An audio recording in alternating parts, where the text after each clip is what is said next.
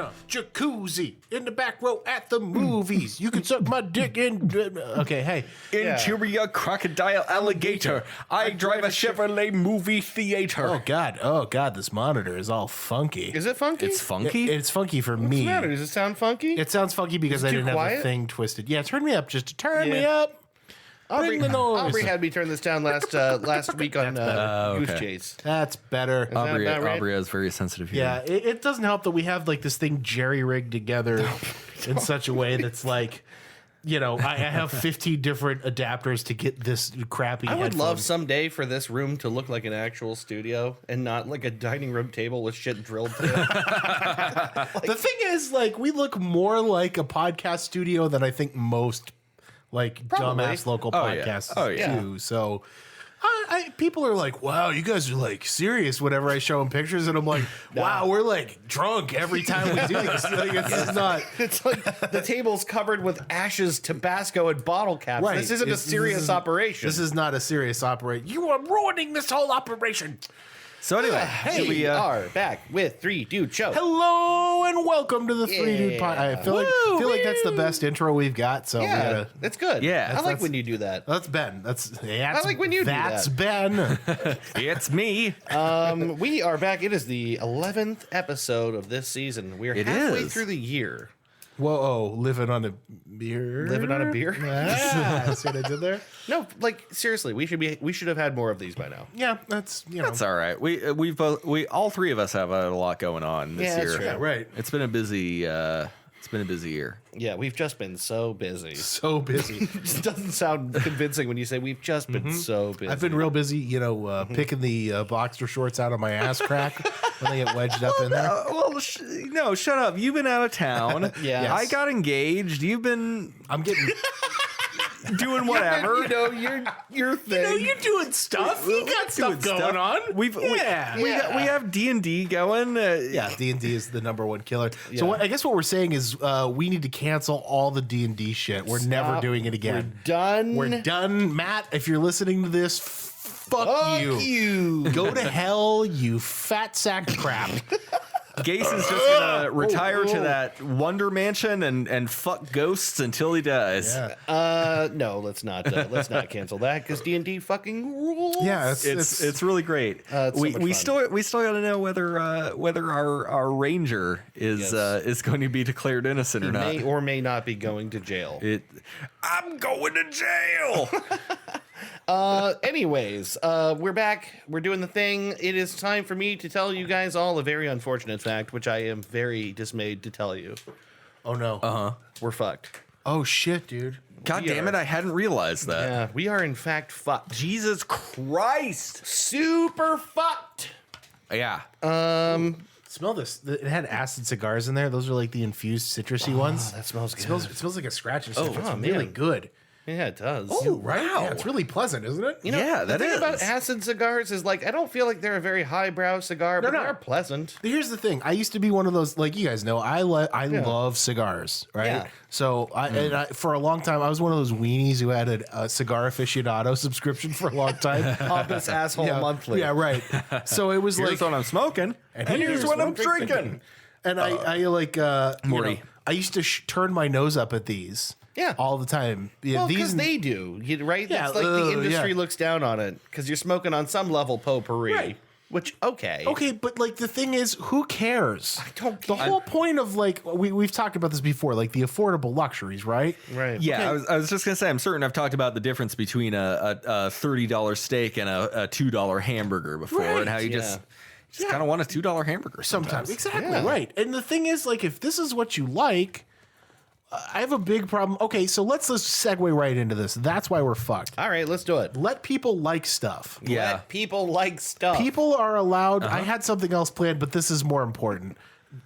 Let people like stuff. It's like a thing when people are like, oh, I like this band, or oh no, those guys fucking suck. How could you hate they that? were cool, but now No, they're not fucking cool. Shut up, asshole. Let people fucking like stuff. People are allowed to like whatever the fuck they want. Yeah. And if you don't like it, then fuck you. The thing is, if the joy is just on shitting on things without any like, Yeah. because I feel like that's usually the thing. Is like people will try to prop up their desire to shit on things. People want to feel superior. Yeah, so they'll try to use some kind of like basis in fact to back that up. You know, they'll try to justify certain things. Well, this isn't really pure enough, or this doesn't have the vision that this used to have, or whatever. But what you're really doing is enjoying shitting on things people like. Yeah, right, exactly. That's not cool. Incidentally, this is it's the I bought a new pipe box because the acid cigar box is deeper than the other box that I was putting my That's a smoking deep supplies. box you got there, buddy. That's a real deep box. It's a deep, That was thick box. That's a sketch I wanted to do on the show, but I feel really uncomfortable doing. Say, It was like saying box that much. no, it was like I had an idea for a sketch that you're never going to hear on the show. That was like a gynecologist like giving an exam that was like and everything like the whole like the first minute of the sketch everything's normal, like, oh well, go ahead and get your legs up in the stirrups, you know, and then he's just like, oh yes, I see, ma'am, your pussy is deep. Jesus Christ. We're never gonna do it. We're never gonna do it because I feel really uncomfortable But doing on it. some level, it's really funny. Really funny. I just don't feel comfortable going there. To have like a middle-aged man being like, well, okay, everything in the pussy looks all your right. pussy looks really good here. There's let me give it a little, you know. Yeah, Just, God. just like it starts out normal and gets as awkward as never. Oh, man. Wow, Mrs. Jones, your pussy is so deep. We would be so uncomfortable doing this as Yeah. we say, Yeah, right. proceeding to do the entire sketch. Yes. Yeah. Okay. Yes. Well, but you know, the thing is, I feel weird like propping it up with editing and like putting Yeah, a bow on it sure. all nice and neat. It's okay to putting like that muzak in the background. yeah, right. Yeah, right. That's like EDM. Yeah, what the fuck? Is this a gynecologist at a rave?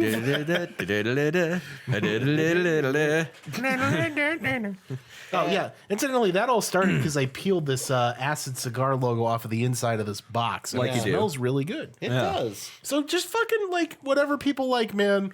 The affordable luxuries. If you're a craft beer guy and you see somebody drinking a Coors, well, okay, not a Coors, because that sucks. There are limits to this. Let's be real here. If you're a craft beer guy and you see someone drinking a Budweiser, don't fucking shit on them. Yeah, Yeah. right. Like it's okay for people to like other stuff. A Budweiser is $2 and it gets you drunk. Like, Yeah, who right. fucking It'll gives a get shit? you drunk. Yeah. You know, everything has its intended purpose, its intended audience, and its time and place. I told you, right? My favorite beer is Carling Black Label, which is arguably the shittiest beer. It is way down there. It is not good. Yeah, but at least it tastes like something unlike Coors, and Yes. that's the real point. And that's the point. Yes. Don't drink Coors. That's why we're fucked. Because there's It people just- still drinking Coors. That's the thing is, like, you know, it's better to be bad than to be untastable when it comes to beer. Yeah, Sure. I love Black I Label. can get behind that. Carling Black Label tastes like college to me. It's better be infamous than unremarkable. Yes. Yeah. Right? Yeah, I would say so. Fucking Benjamin Franklin over here. Why don't I tell you why we're fucked? Okay. Hey, if you must. I am feeling fucked. Not really fucked. It's kind of a thing. So I quit smoking more or less a week and a half ago. No more nicotine. Welcome to the club, buddy. So I'm still puffing on the vape, but there's no nicotine Except, in it. of course, for that cigar that you smoked An before we occasional started. cigar. Yes. Which I do Yes. think is it's a thing I don't feel that bad allowing myself to do. No, it's not. If you can handle Nah. it, just do it. Right. It's totally different than buying a pack of cigarettes. And Completely is. so different. You're doing it for relaxation, not for compulsion. Yeah. That's we're talking affordable luxuries, man. That's Yeah. the thing. I mean, like the thing with like smoking and vaping regularly is that they are maintenance activities. Yes. You have to do them, so you do them as often as possible. And so I'm trying not to do that. The real reason, actually, the top level reason that I'm fucked is my blood pressure is enough to kill a horse. Yeah. So I went to the doctor like 2 weeks ago now, and it was very, very high. And he gave me a couple of options, one of which was go to the hospital. And I was like, I don't want to do that. No, hell no. It's awful. Can't but- you give me like a Tylenol or something? Well, that was my thought. I was like, can you give me a pill, please? Yeah, right. Anything. And so I asked him, honestly, I said, Doc, okay, if I was to go home and take whatever medicine you prescribe me, what is the actual risk to me to do that instead? And he looks at his computer and looks at me and goes, probably pretty low. And I said, okay, let's do that then. Yeah, right. So it's been a couple of weeks. I'm on medication for that. I quit I quit vaping. I have dialed back on caffeine almost all the way. Yeah, that's going to be a big negative for me, bud. Yeah, it's a problem, right? Tell me about it. Yeah, And for the most part, not drinking so much beer. Although tonight is going to be a complete wash. yeah, fuck it. But for the most part, it's like drinking 1 or 2 nights a week, I think. Yeah. Maybe a little. Maybe more, but less overall. Sure. So it's like I'm trying to do a lot of things to deal with that because now I'm 32. Yeah. And all of a sudden, after 30, everything just starts Starts going going down the downhill. hill. Yep. Tell me about it. I'm getting there. I'm feeling the pre-30 jitters here. Yeah. Like it's coming. Morty. Morty.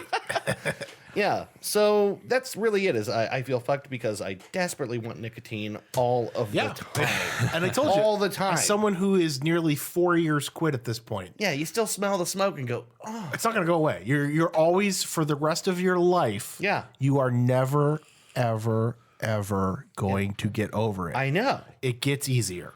I'm sure it gets easy. Gets much easier. Yeah. But you're never going to get over it. You're never going to not want it, right? And I'm one of those weird people who like, I have to be around it when people are doing it. That gives me my fix. If there's a group of people standing in a circle smoking a cigarette, I have to be there to like bum off of the secondhand smoke, and I'll go, oh God, that smells good. And then I'm good. I'll follow people just like, that's all right. I'll take a couple of steps to my right. That Yeah, smells right. nice. No, like that's the thing. Like, and everybody always does that. They go, ooh, but like, okay, that's how I get through it. Yeah. Like if I can't like run away from it because I spent so Right. much goddamn time doing it. So like, I just need that little. just a bit, just to remember that it's there. 2 good sniffs of secondhand smoke will get me through weeks without a craving. Okay. Like it's just, what I mean? It's like poking a bruise or something. You just Yeah. have to do it. You have to feel that Yeah. thing again. Well, like when you're a little kid, your tooth falls out, and you just gotta poke where Yeah. the tooth was. Yeah. You know? right. Yeah. I kind of miss that. Yeah. Yeah. I was just thinking about Here's that. what you got to do. You got to start smoking. And then you lose all your teeth. Right. There you Yeah. go. Boy, when one of your adult teeth falls out, Brilliant. that is really fun. Yeah, that'll wake you up. I'm gonna start smoking right now. Shit. Do you guys have nightmares a lot that your teeth are falling out? It's because they're afraid of losing time. They say that I've heard losing control because Hmm. teeth are a symbol of, I don't know, like some like aggressive action or control over things. Sure. I've never had that dream actually. I I've heard. I constantly know it's a have that common dream. I have it often, less often now. Yeah. But I used to have it a lot when I wasn't sure where my life was going. Yeah. I have a lot of dreams of being chased or followed or like stared down by a face that I can't see. Yeah. Like I have those kind of dreams, like being followed or being intimidated by something. I have a lot of dreams where I have to like I'm in an unfamiliar place and I have to figure out the rules of the place. Yeah. It's Like I a don't know. puzzle. Yeah. Yeah, or like life. I have dreams where I'm in the dark and I'm trying to see and I can't quite and I can't feel the walls and then long across the way I see the distant face of the Hamburglar. Oh. What does that mean? I don't know. I have dreams where a pile of beautiful. He's waving my driver's license in the air. What does that mean? I have dreams where a pile of beautiful naked women are just having sex with me in Just every rolling all possible over way. me. What does that mean? What does that mean when you have a dream where you're fucking the space between 2 women?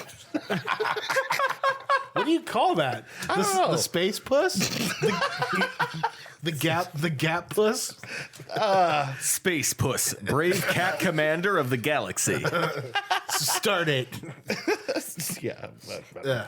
The space puss. Space yes. bus. Yeah. But Set course for pleasure. But big butt. why don't you, Ben, instead now of talking more about Space Puss, tell us why you're fucked? I'm fucked because I'm getting back into Counter-Strike against no. my better judgment for like the 7th or 8th time in my life. Well, what's wrong with that?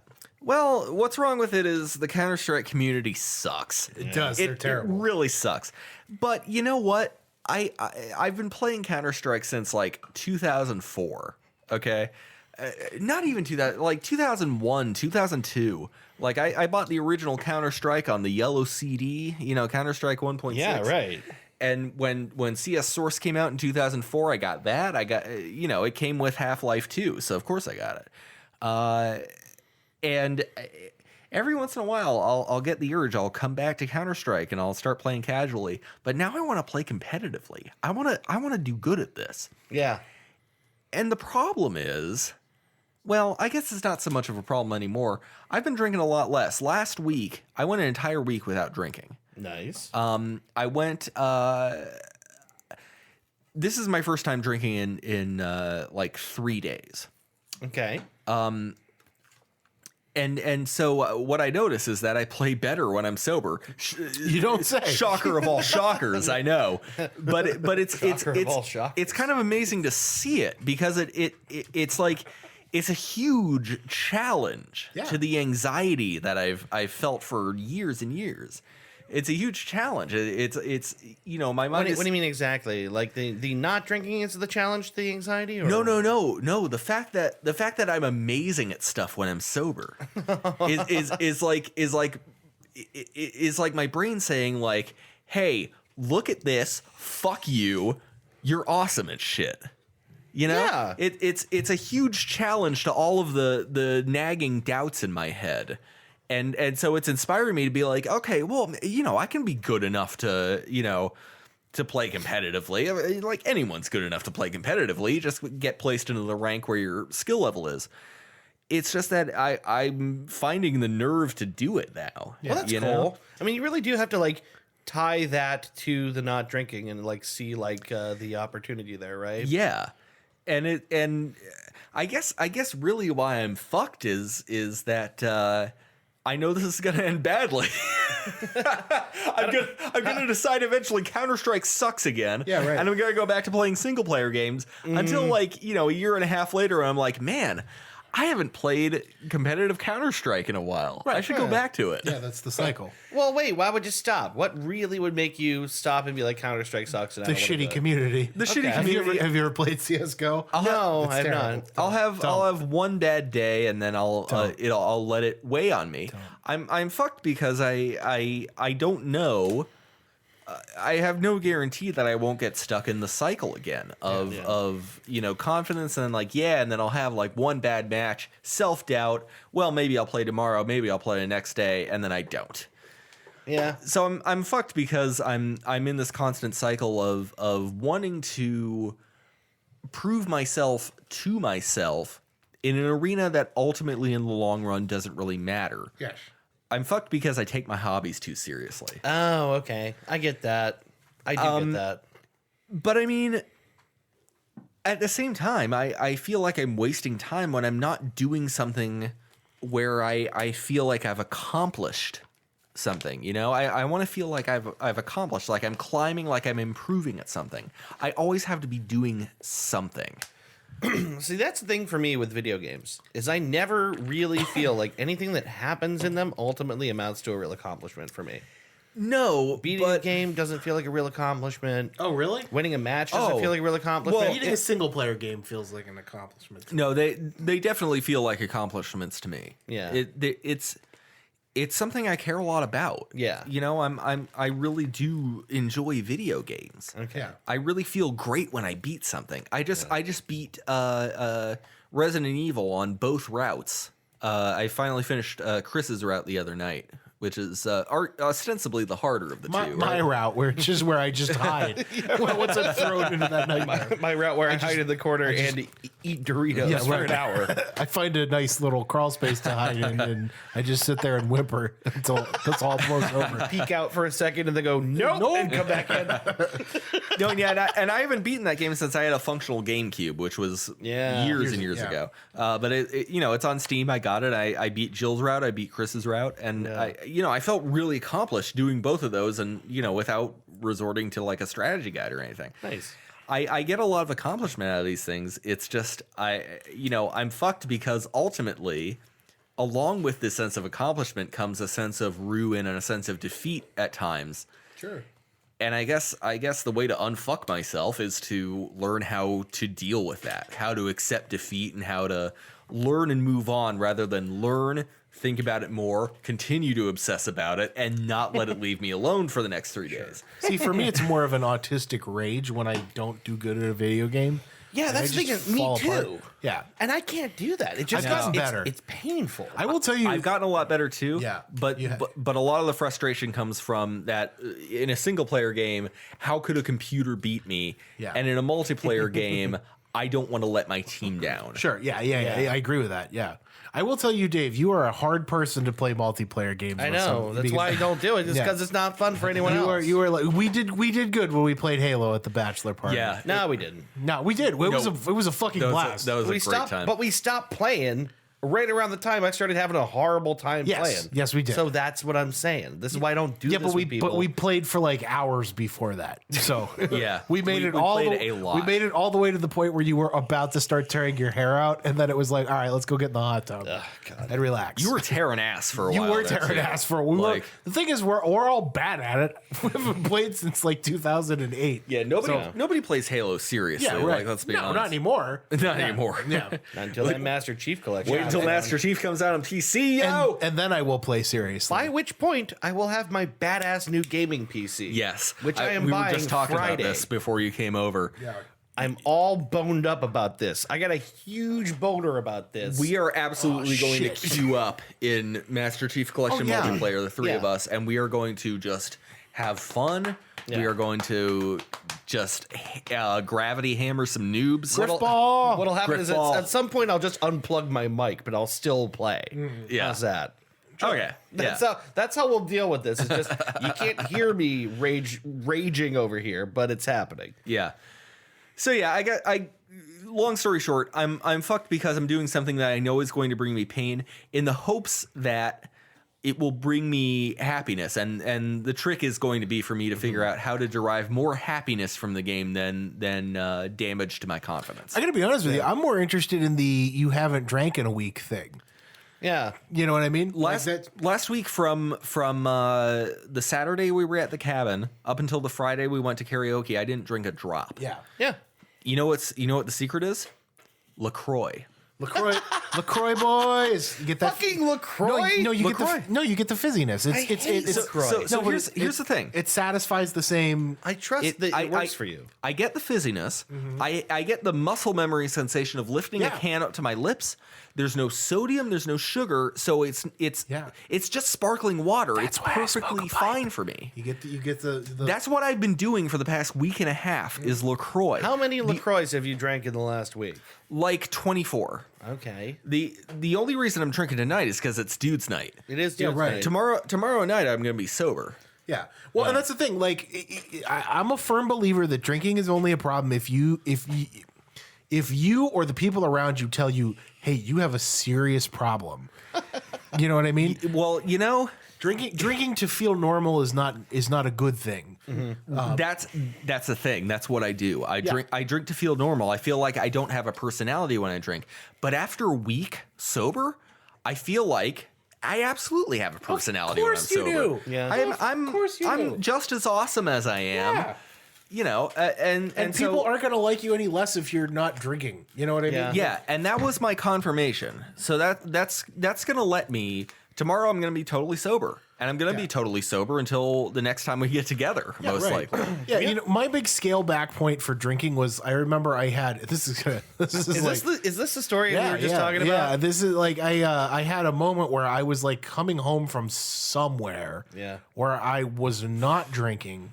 Yeah. And it was like 12:45 yeah, or it was something. like 12:45 or 12:50, and I got home and I changed my clothes, and I'm like, oh shit, I have to get to the gas station before they stop selling beer at 1 a.m. Yeah. And I gotta go get some beers before I go to bed. That's and a concerning thought, isn't it? yeah. Okay. So I went to the gas station across the street. I bought 3 Miller Tall Boys and I pounded them silently in my bedroom, and then went to bed. What did I do that for? Yeah, like why do I can't I just want to go to sleep? Right. And I was Yeah. sitting there like, and I'm laying in bed after I did that because I just pounded them, and I went, whoa. Yeah. I was like, I'll tell you, I was man. like, whoa, that's this was years They ago. may as well have been oxygen yeah. tanks. Right. The chamomile tea, the sleepy time tea that Yeah. you just see in the grocery store, Yeah. it works wonders. Yeah. Now what if you were to mix that with LaCroix?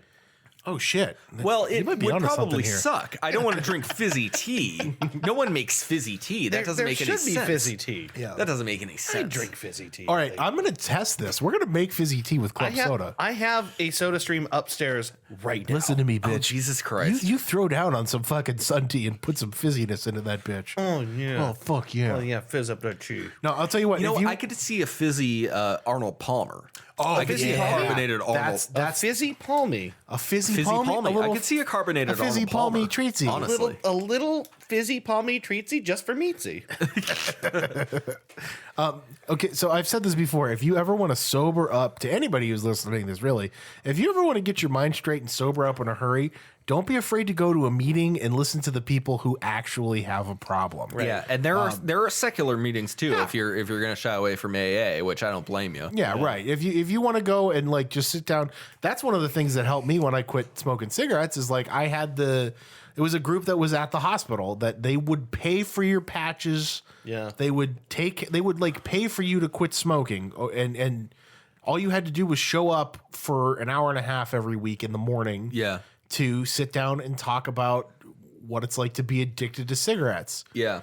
It's so much better when you have a support group of people around you. Yeah, to do that's that. the thing. The biggest hurdle is judgment. If you can make it past the fact that like no one, if you can make it past the judgment stage and be Yeah. like and realize no one's gonna judge you. Exactly. Right. Yeah, that's the big thing. And like you have to, it is the AA philosophy. The first step is like acknowledging that you're powerless to control what you're doing. Which you know I what I mean? don't actually like, but I get No, the but idea. you do have the power. That's Yeah. the thing. you do. just got to know how to Right. fight back. Right. You need the tools. But conceptually, there's some truth to that. Like you can't are just physically- do this anymore. You can't just stop. Right. You know Yeah. what I mean? You need some help. Right. Yeah. Yeah, Like, it's the not- fact that you're here and making some kind of commitment means that by yourself you haven't been able to do this so far. Like Right. I get that. yeah. Yep. So yeah. I guess what we're really saying is go to a meeting, everybody. Even if you're not addicted to anything, just go to a meeting. Even It's if fun. you've never touched a drop of anything, Go in your get life, that. Go get that free coffee and donuts. Hell yeah. why don't we use this opportunity to take a break? That's a great idea. I got to piss. I got to piss too. We Awesome. will come back in a minute with Would You Rather? Ooh. And the main segment for this episode. Hell yeah. All right. Welcome to the Three Dude Podcast. Hey, yeah. You can find us at 3dudecast.com. If you're wondering whether that's spelled with the numeral 3 or the word 3, the answer is yes. We're so proud of ourselves. We're so clever. We're such clever boys. Wow. We've switched hosting to Podbean. You can still find us on iTunes and Google Play. So give us a like. Yeah, give us a like, give us a listen, give us a review somewhere. Give us a sandwich. Give us a high five. Give us sponsorships. Please give us a hug. Give us that money. It's all on hell are Netflix. I'm just saying. I saw a top 10 anime list recently that didn't include Bebop or Evangelion, and I was like, nope. Plebeians. Yeah, right. It feels Absolute like plebeians. those have to be on the list. What right. what was it? All like fucking little girl anime with like yeah, Yeah. okay, I would put Sailor Moon was on there. I'm like, okay, I'll give you Sailor Well, Moon. yeah, Sailor Moon, obviously. Sure. DBZ, sure. Absolutely. Two important things for Western anime audiences. Yeah, right. For the weeb awakening. Yes. the weebening. In the the weebening is upon us. yeah, an event that lasted from 1998 through 2005. Yes. I think you're right, actually. When did Toonami go off the air? Whenever that happened. Yeah. Probably around 2005. Tsunami. See you later, space cowboy. Well, we are back. We are. We are back, and I have for you guys a classic Would You Rather. Oh, well, that sounds great, buddy. Well, let me just pull up my hunches and get going on this Would You Rather. If you want to get up on that train, ride that train straight to Would You Rather town. I'm gonna get on this bucking Bronco of uncertainty. Woo, this let me get up this here. Schrodinger's Woo. Bronco. Ooh, that message I'm gonna ride it all the way into the quantum oblivion. You'll be busy this Bronco here. He bucking. It's a damn fine quantum Bronco. Ping. Go ahead. So, I don't know what that was. I'm What are you sorry. doing? What are you doing? Come on. So, Schrodinger's Bronco. Let's go. you guys have given me shit before for these things being a little too easy. You guys tend to fall on one real quickly. I think I have one that's going to really stump you. You've I just- vastly improved your would you rather game in the I'm getting last better couple at days. these. Yeah. The thing is, I know what I like. Yeah. Well, Lucky for you, that's what I like. so here we go then. Would you rather no. have a traffic cone 8 inches inside your mouth forever, or have a You good?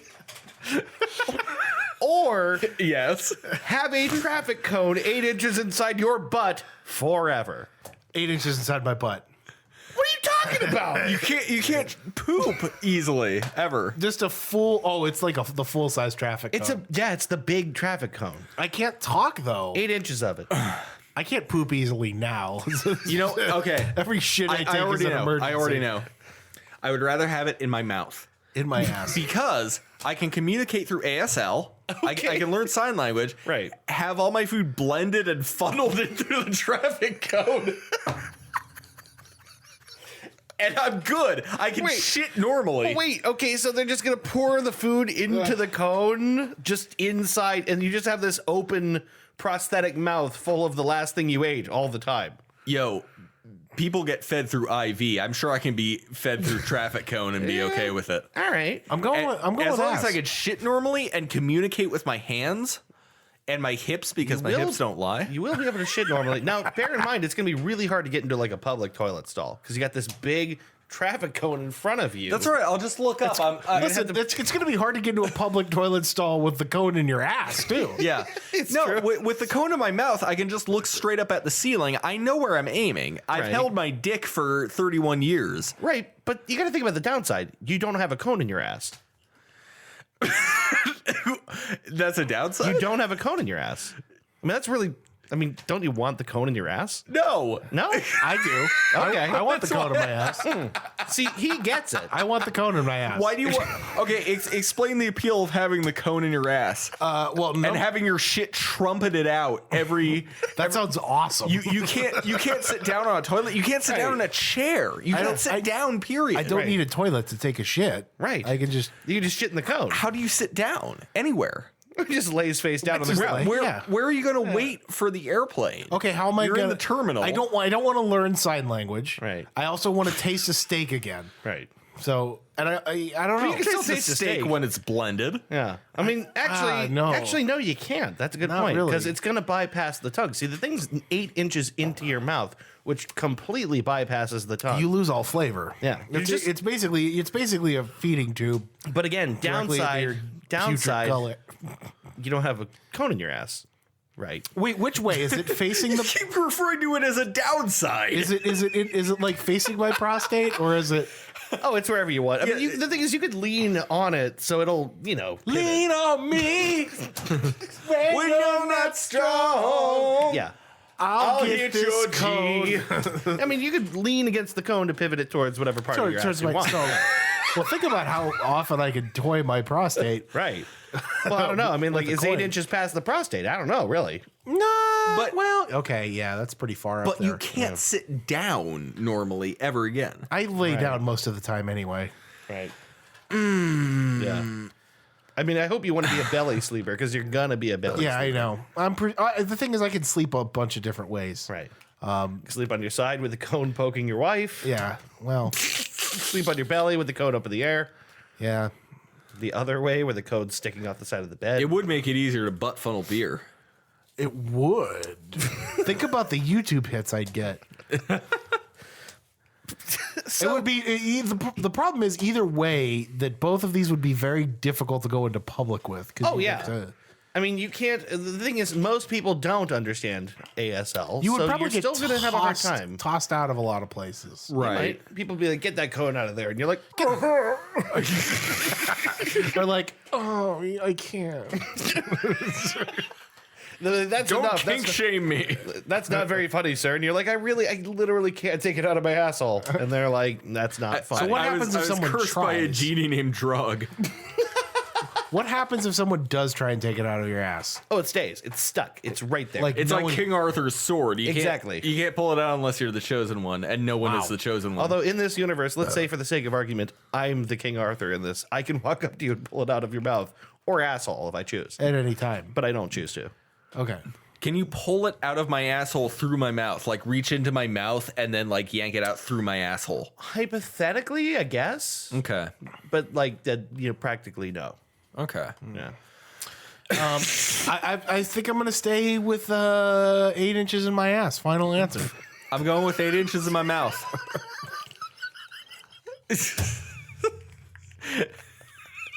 But again, Ben, I have to stress to you, you don't get to have the cone in your ass if you have it in your mouth. 8 I inches, know. 8 inches in my mouth. The Ben Reese story.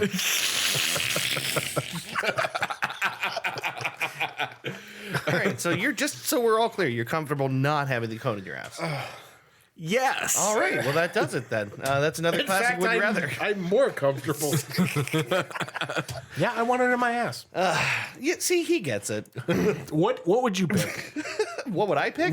Honestly. Like, I don't pick. like here's the No, thing. I want to know what you'd pick. I need to know. Well, obviously I want to have the cone in my ass, so that's a big motivator for That's the what one. I'm So saying. here's the Right. thing. I'm gonna get like an actual like microphone like one of these, like not a headset microphone is what I'm saying. Okay. I'll get on Counter-Strike and like whenever anyone's like, yo, Spice Cadet, you can't fucking dry peek that sniper, I'll be like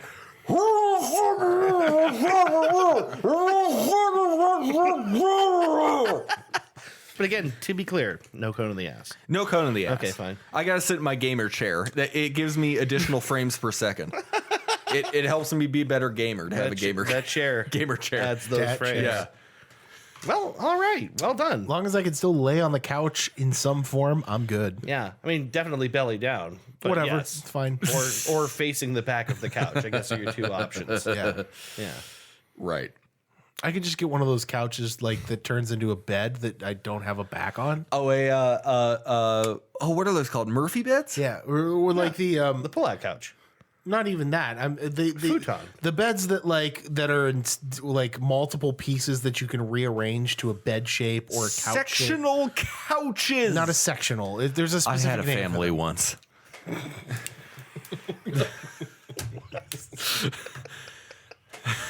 Anyway, Cannot buy my sectional couches. What was that? I'm forgetting. That was a Louis C.K. Saturday Night Live sketch. Oh, that's right. The guy who's selling the sectionals. Right? yeah. Like it's like basically Sectional couches. it's a long form story about how he doesn't have a family anymore. Yeah. I had a family once. guys, we're not allowed to laugh at Louis C.K. anymore. That's true. Nope, not allowed. That's right. He took the Took the fun out of exposing your genitals to people. yeah, no, what's the metaphor? He took the 5-finger train to whatever. What? He death punched his career with I'm trying to 5 think of a fingers. metaphor for masturbation, god damn it. He He took the skin train to Tuna Town or whatever it is. I can't remember what the fucking. What is happening? Anyway, Skin trade. the skin train to Tuna Town. How do you describe male masturbation? I don't know of any other way to describe it. I just don't. The skin train to Tuna Town. I don't even know. Well, I do know. I gotta write that whole thing down. I have a lot of experience. That doesn't make any sense. All right, let's move on. In other news, Let's move on. Gerald Ford was eaten by wolves today. He was delicious. It was delicious. A helicopter chopped him up into little bits. Gerald Ford dead today, and I'm gay.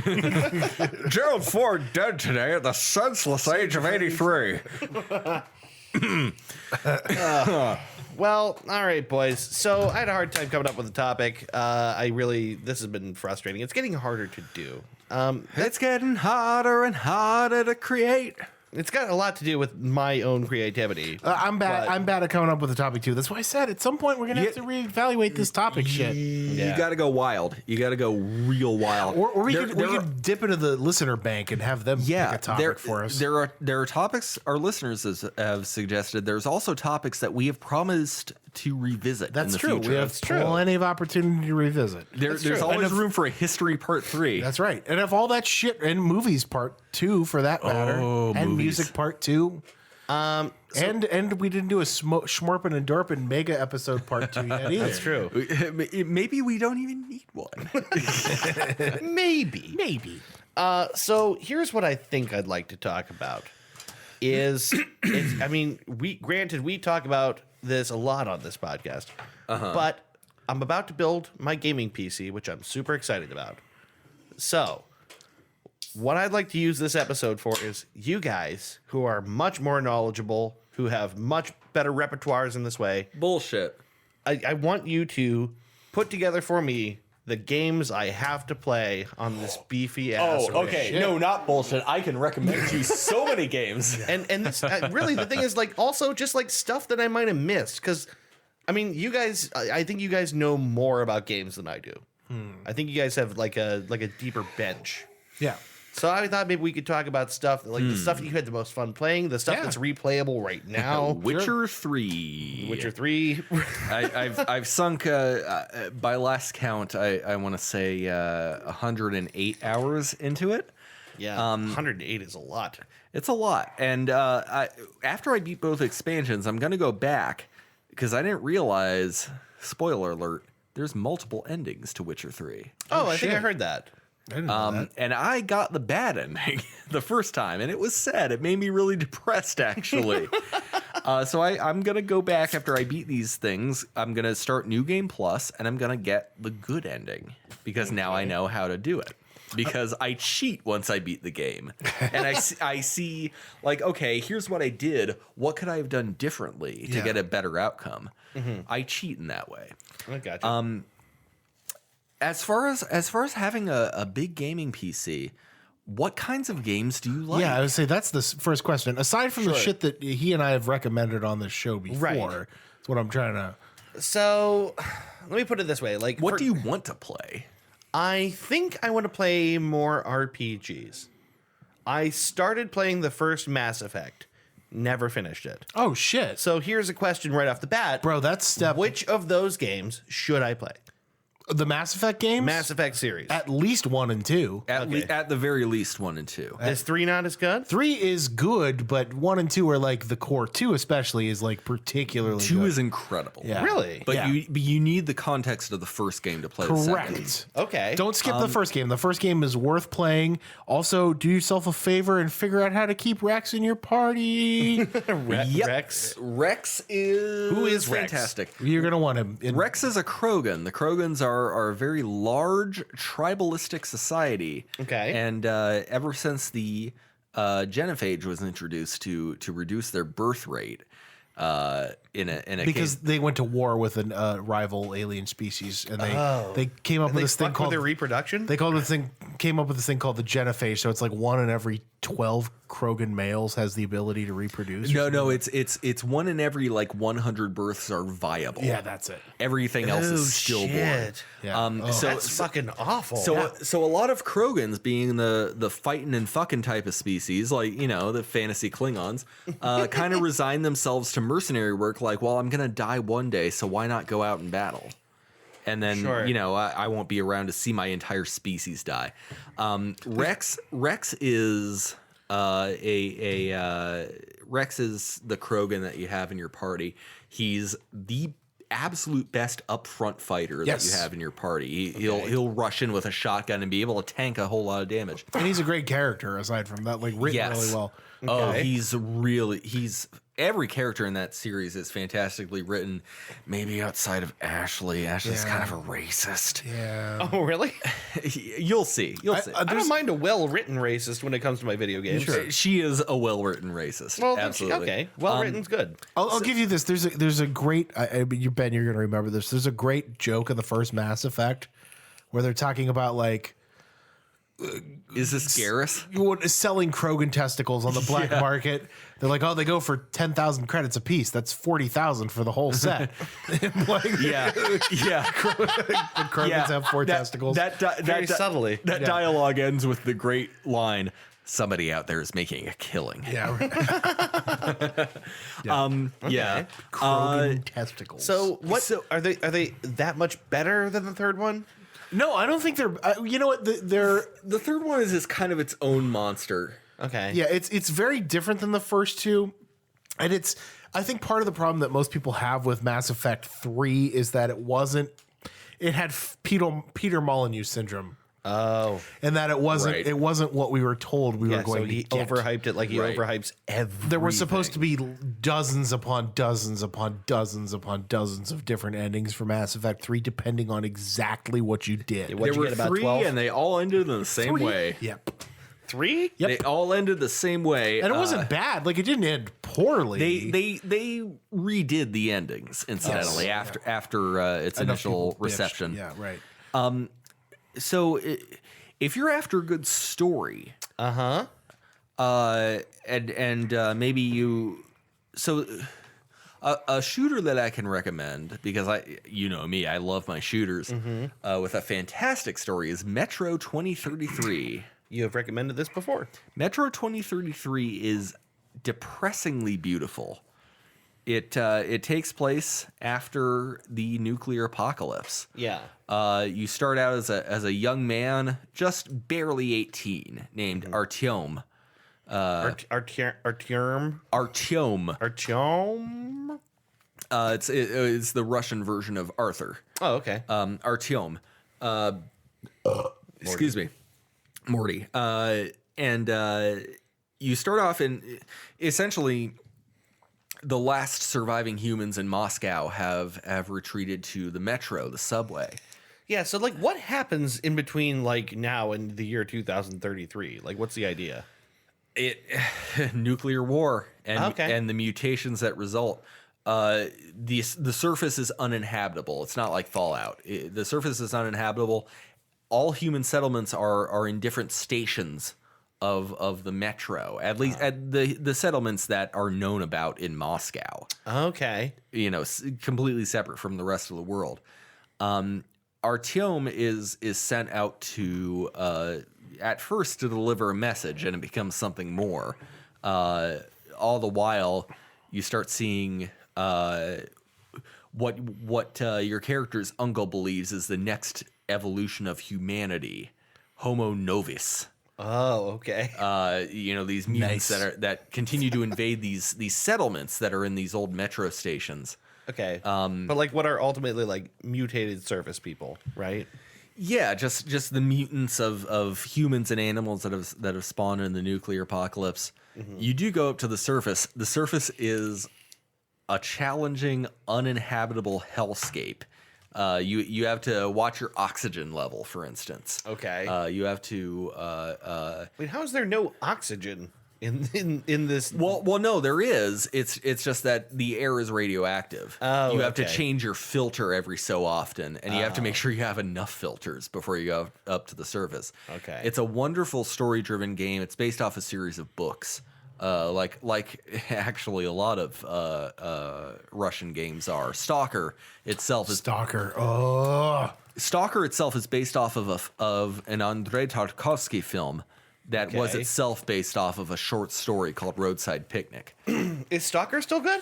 Should I play that? Stalker is buggy, It's pretty buggy, but it's good. it's absolutely worth playing. Stalker is magnificent. I haven't played a lot of games that are as atmospheric as Shadow of Chernobyl. Yeah. Oh God! Anything Chernobyl related gets me super I know. excited. Well, yeah. Well, we talked about it before, and I seconded your recommendation. The miniseries on HBO about Yeah. Chernobyl is one of the best things that they've ever put on television ever. Yeah. So it's one of those. I gotta things watch that's- it sometime. It's good. It's a tough watch. I don't have but it's- HBO, unfortunately.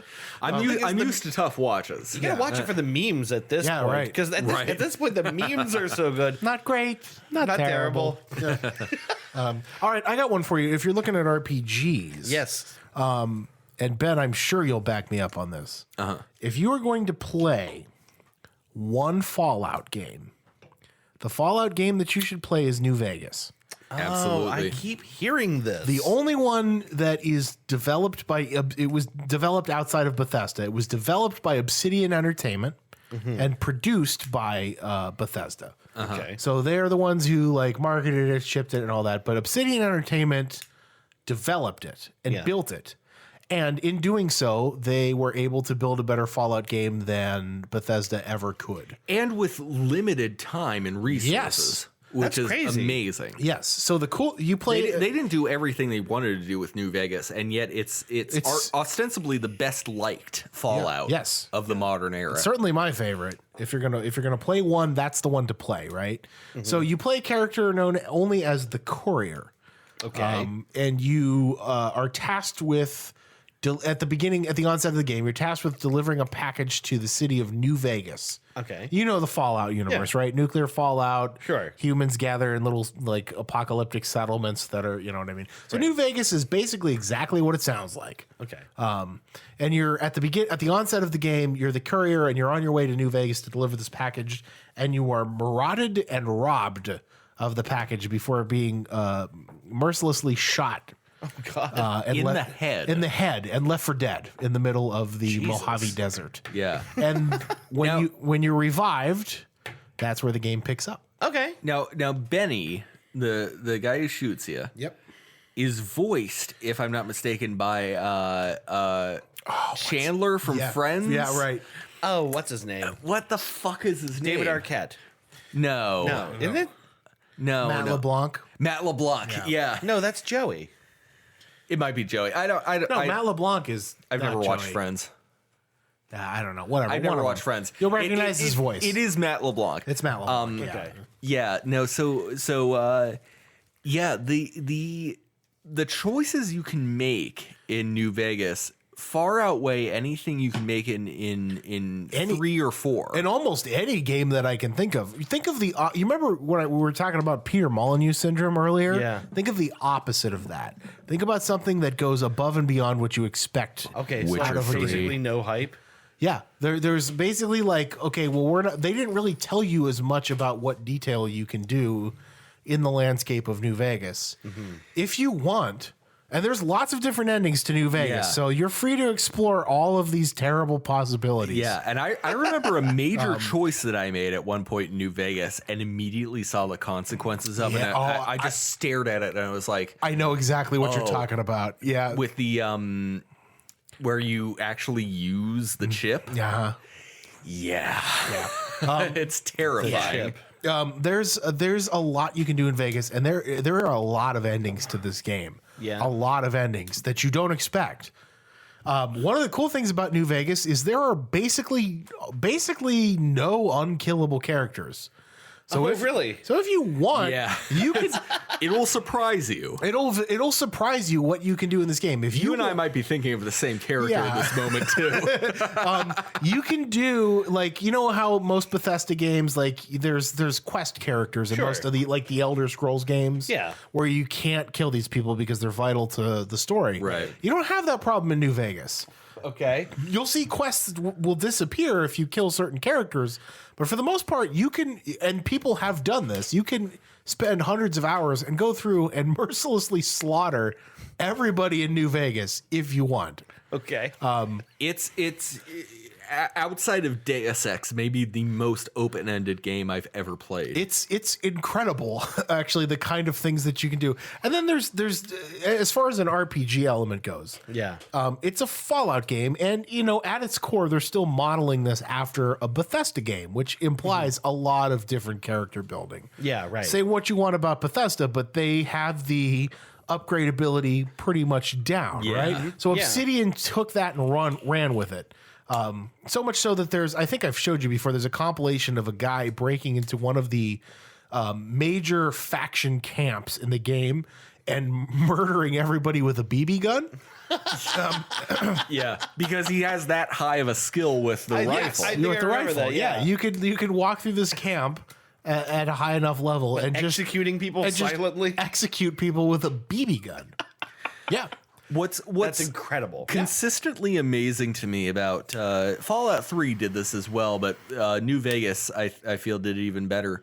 Is if you have a character with like 1 intelligence, Yeah. your responses will always be like caveman talk. Yeah, right.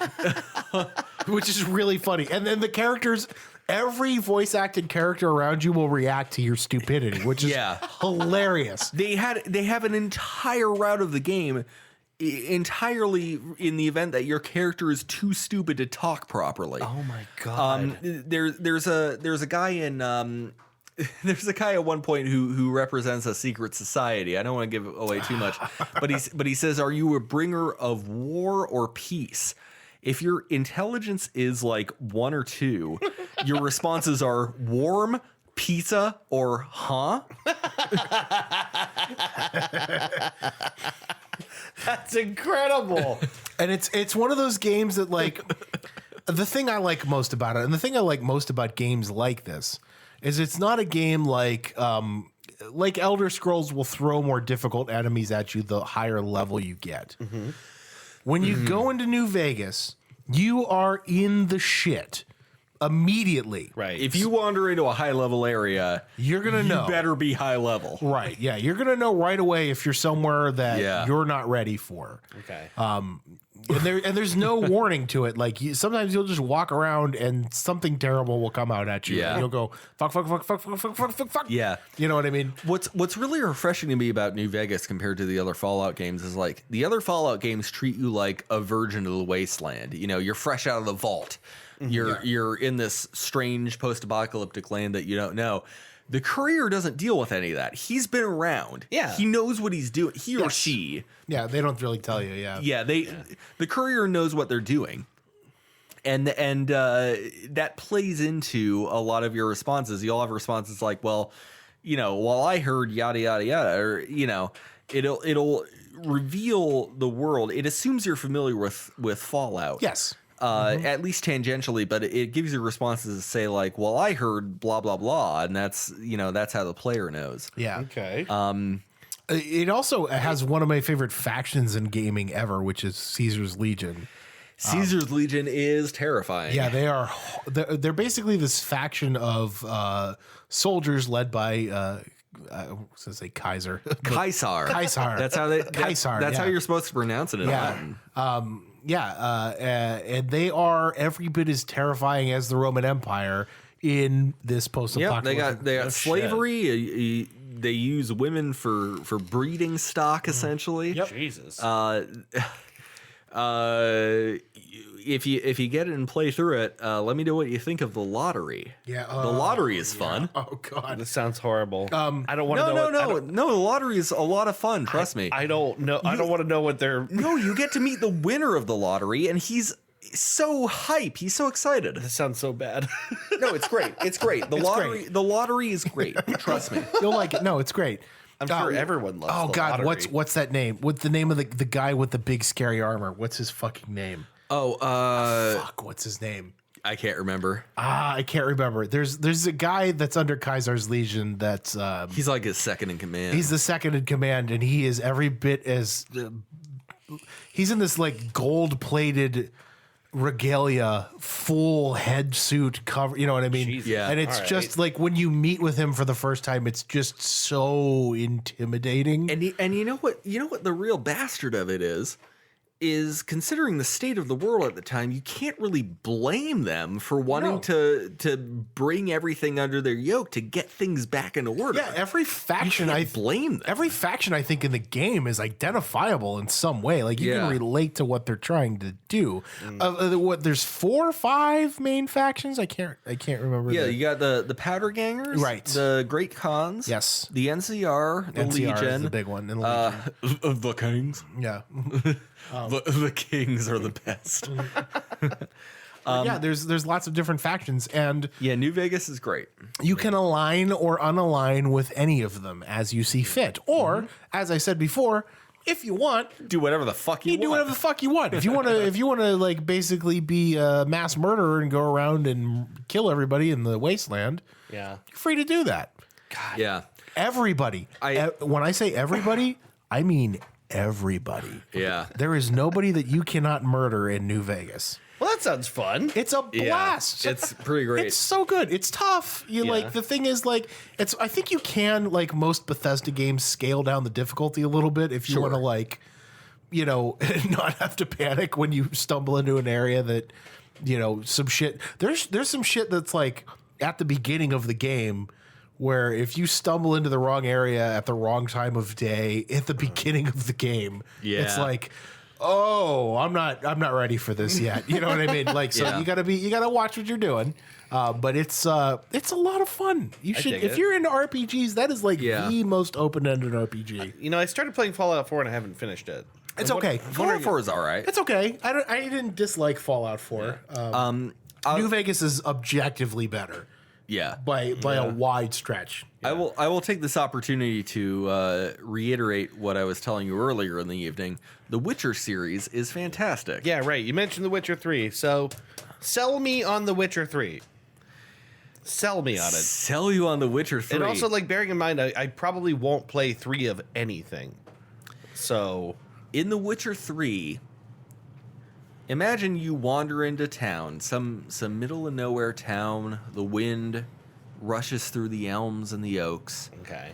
A peaceful little town, and you notice a sign on the notice board that says, "We're plagued by a wraith. We're plagued by a specter that haunts the well at night. Mm-hmm. We don't know why she haunts the well, but she's already taken some of our bravest men. Can anyone help us?" Well, luckily for you, you are Geralt of Rivia. You are not only a witcher, but one of the best witchers.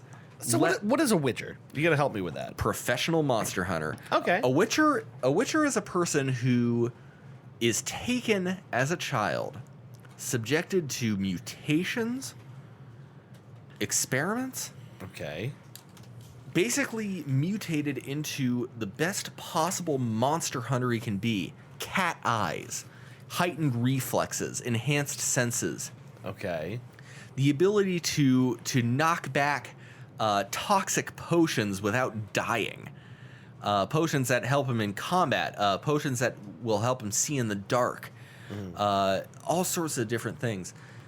A mutant that is grown and cultivated specifically, trained in many different combat styles, elven, human, expert with any weapon he holds in his hand to hunt monsters. Okay.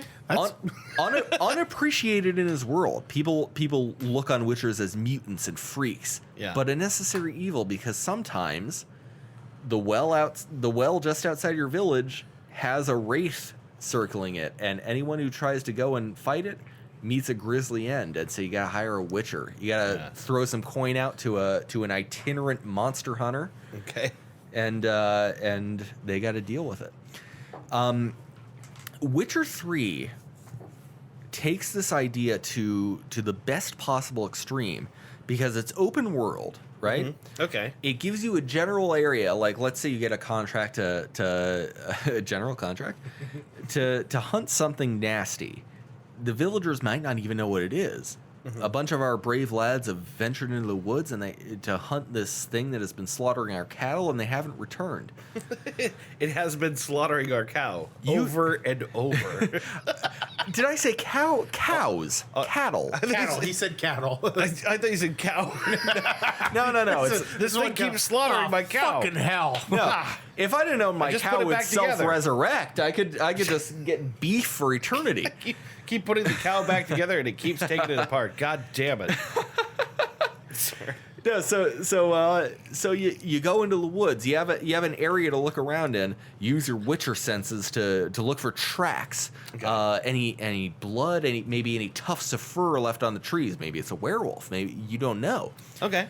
So Witcher 3 does the best possible job of putting you in the role of monster hunter detective, putting together the clues, figuring out what it is that's causing the people so much trouble. Mm-hmm. You got to follow the tracks. You got to venture deep into the woods. You got to put 2 and 2 together. And when you know what you're dealing with, you have to go into the pause menu, consult your bestiary, and be like, okay, what oil do I need to coat my blade in? You know, okay. What kind of potions should I have ready? It really does the best job of making you feel like a professional.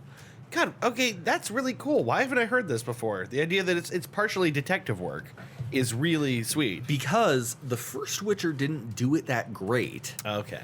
The second Witcher did it better. Third Witcher did it best. Okay. Yeah, Third Witcher is like, it's sold copies, but it didn't sell, I think, as much as it probably should have. I feel like the first game went gangbusters because, like, everyone heard about it. Everyone wanted it. It was hard to install and all that stuff. But, like, it got a lot of buzz. It built up an incredible world, the first Witcher did.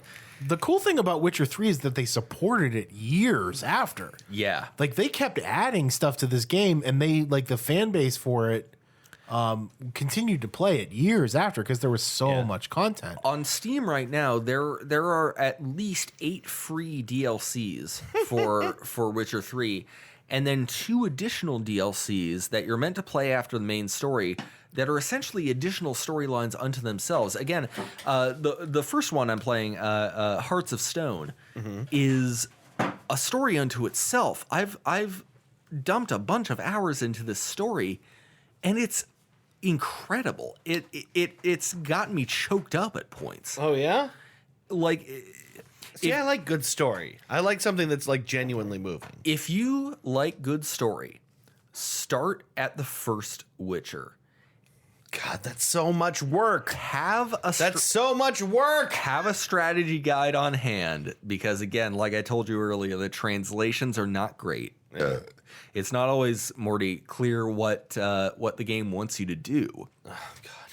It is worth it. I can't imagine playing all 3 of these. I couldn't either, but I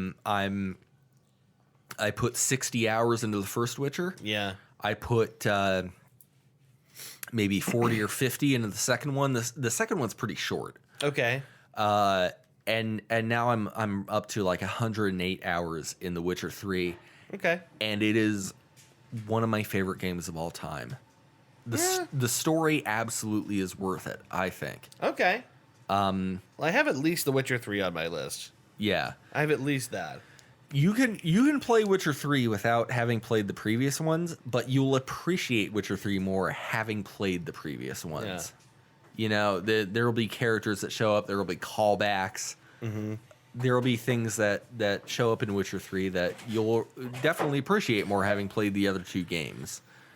I got a question for you guys. Okay. I have not played one of the Far Cry games. Oh, not really? one. Play Far Cry 5. Yeah, I was saying, if you're going to play one, pick 5. Yeah. Because it is like, from a story standpoint, the sandbox thing is cool with Far Cry, period. And you can play any of them and get the Far Cry feel. Yeah, Far Cry 3 is great. Far Cry 4 is incredible. If you want the story, like the full, like, freak you out kind of story, you want to go with 5. Yeah? Nothing is more terrifying than Far Cry 5. Is this the one with the religious Yes. fundamentalists in the middle of the like West Virginia or something like that? Hope County, Hope County, Montana. right, yeah. Montana. Okay. Yeah. And if you get bored playing the game, you can just go fishing for hours.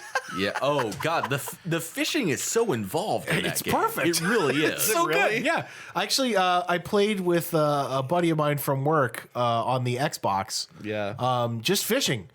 For like a lot of the time that I would play like online with him was just fishing. Just No shit. It is a gorgeous game, and it's bone chilling. Yeah, it is. And it's very. If you saw Red State and loved Red State, I did. you will You'll love Far Cry the 5. intro alone to Far Cry 5 is enough to get you hooked on the story. Yeah. Oh, I remember seeing that. Yeah. Where you come in with a group of guys charging a church at night or something like Yep. that. Yeah, not even charging. You're surrounded by armed yeah, right. rednecks. Oh, that's right. And you have walk to- your way in. Yeah, like, hey, we have a warrant. Please don't hurt us. Yeah, right. Oh, that's right. Yeah. And it's a very things go downhill from there. yeah, it's a very very involved intro. Okay. It's a very, very involved game.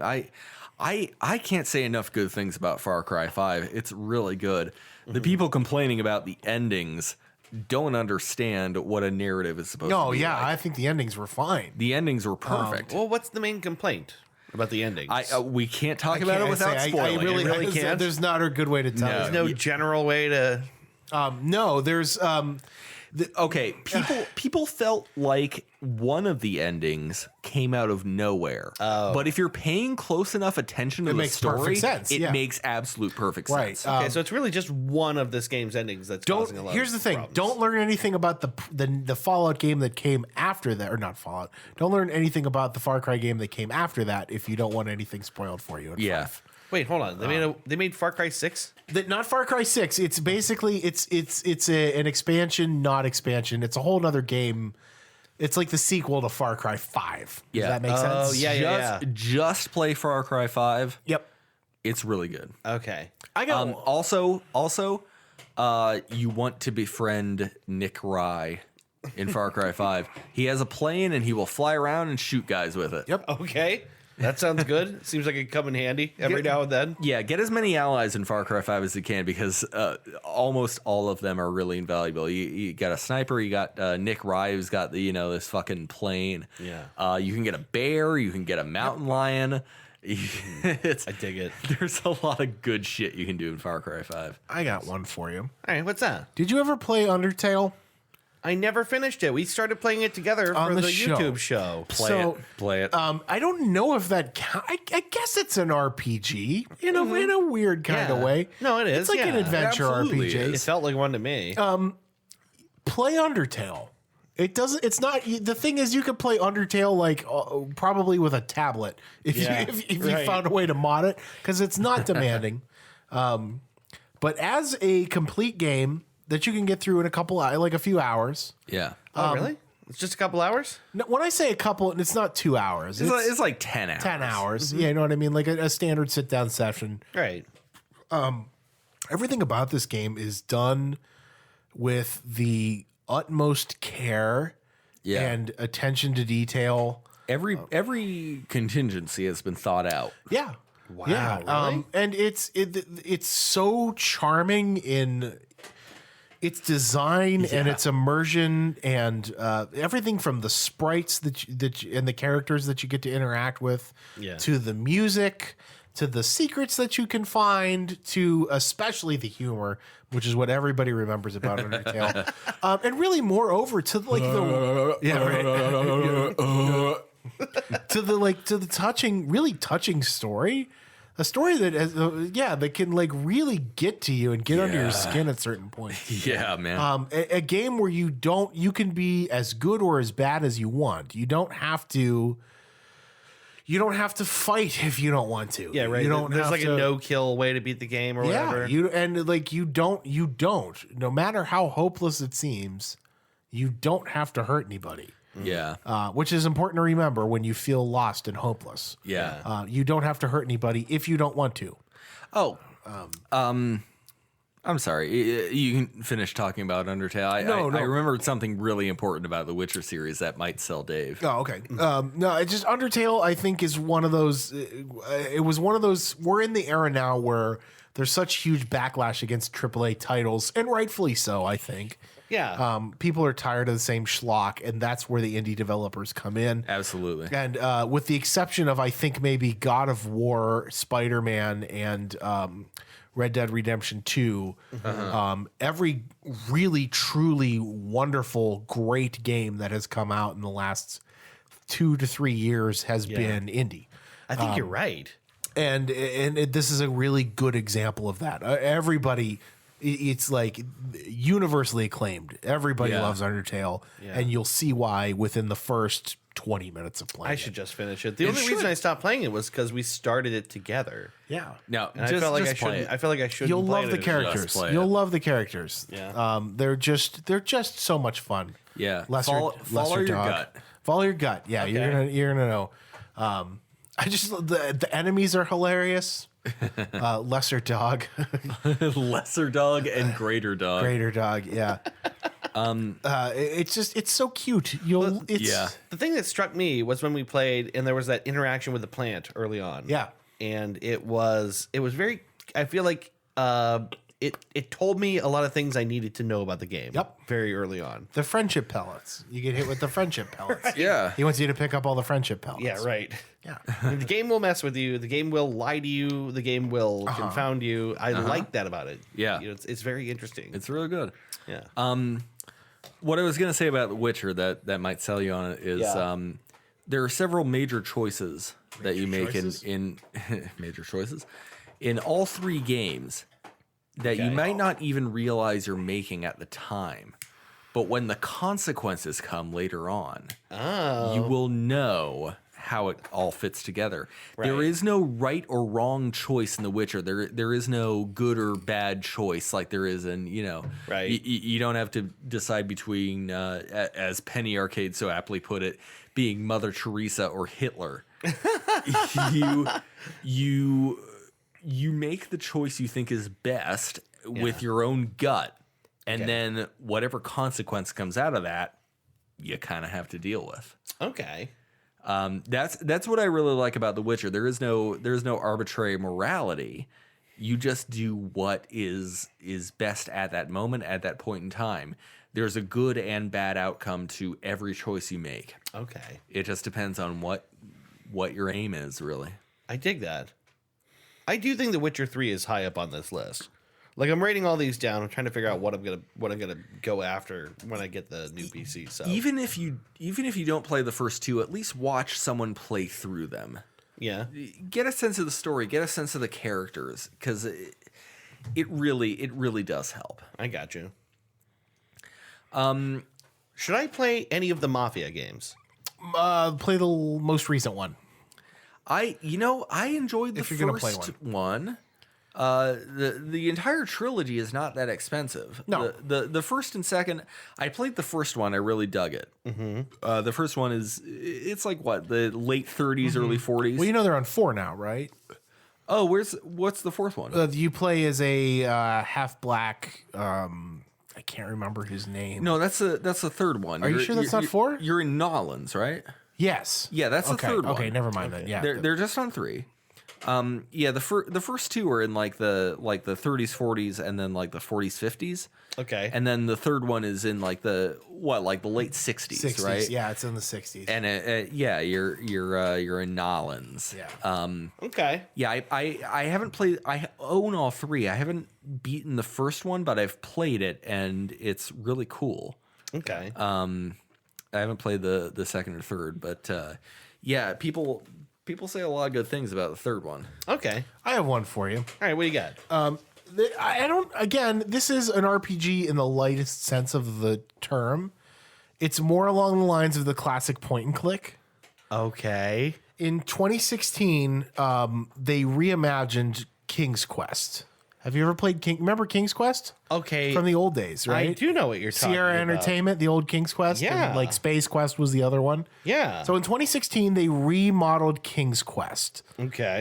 In a 5-episode installment, and each episode was like they released it every couple months. Yeah. As people got to play it. Each episode is very long for what you would expect. It's like between 5 and 8 hours depending on what you do. Okay. And it tells the complete story.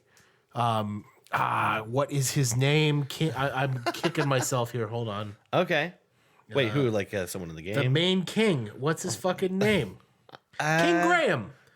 King Graham. King Graham. I mean, idiot. King Graham, who's like the protagonist of basically every King's Quest game except for the last couple. Okay. So when they reimagined this game, you play as King Graham as an old man, basically relaying to his granddaughter the story of how he became the king. Oh, that's cool. And it's told to his granddaughter, basically from his bed. Okay. How he became this person, and each episode takes place at a different phase of King Graham's life. Mm-hmm. Some before he was king, some, you know what I mean? Once you get towards the end of the story, like after he assumes the throne. Okay. It is a wonderfully told story. That's cool. It's filled with all the charm that you would expect from the old Sierra point-and-click adventure games, but with a modern twist. You can actually control Graham like normally, as opposed to like having to point and click everything on the screen to do it. Yeah. I'm an idiot. The actor who plays Doc on Back to the Future, Oh, Christopher Lloyd. Christopher Lloyd, Yeah. is the voice of King Graham in his old age, I love it. which is just wonderful. It is very well. It is very well voice acted. It is a story with a lot of heart. And if you want a game where your choices do make a difference, this is the game that you want to pick. And also Okay. The Witcher. Yes. Okay. I want to recommend once again a game that is not an RPG. Okay. But one that you have expressed interest in and haven't played yet. It's Vanquish, Oh, right. the greatest cover shooter ever made. Vanquish is the one where you are sliding all over the place, right? Uh-huh. You're fighting Soviet robots in space. So fucking cool. Just like always like sliding into cover. Yeah. Play Vanquish. It can't be that expensive on Steam. It's not that long. Yeah. But man, That's a Sega game, right? it is a Sega game. Sega. It is a great fucking time. Do you know Vanquish? I don't know Vanquish. No. I am going to show you Vanquish when we go upstairs. I'm gonna fucking show you King's Quest. You guys are gonna like. Hell yeah. Oh, I know King's Quest. Did you play any of the 2016 version? No. Oh, you should do it. no. It's it was released like a platform wide. Like everybody got a release on it. Yeah. Dude, it's fucking fun. It's sad in a lot of places, and it's sweet in a lot of places, and it's a lot of fun in a lot of places, and it's hilarious. I'm a big fan of games yeah. that recognize the humor that they're trying to go for. Yeah. Yeah. And you know, taking that old Sierra model, it's, you know what I mean. They know where to make it fun and funny. Yeah. And Can I tell you what game I really want to play that I started playing and never finished? what?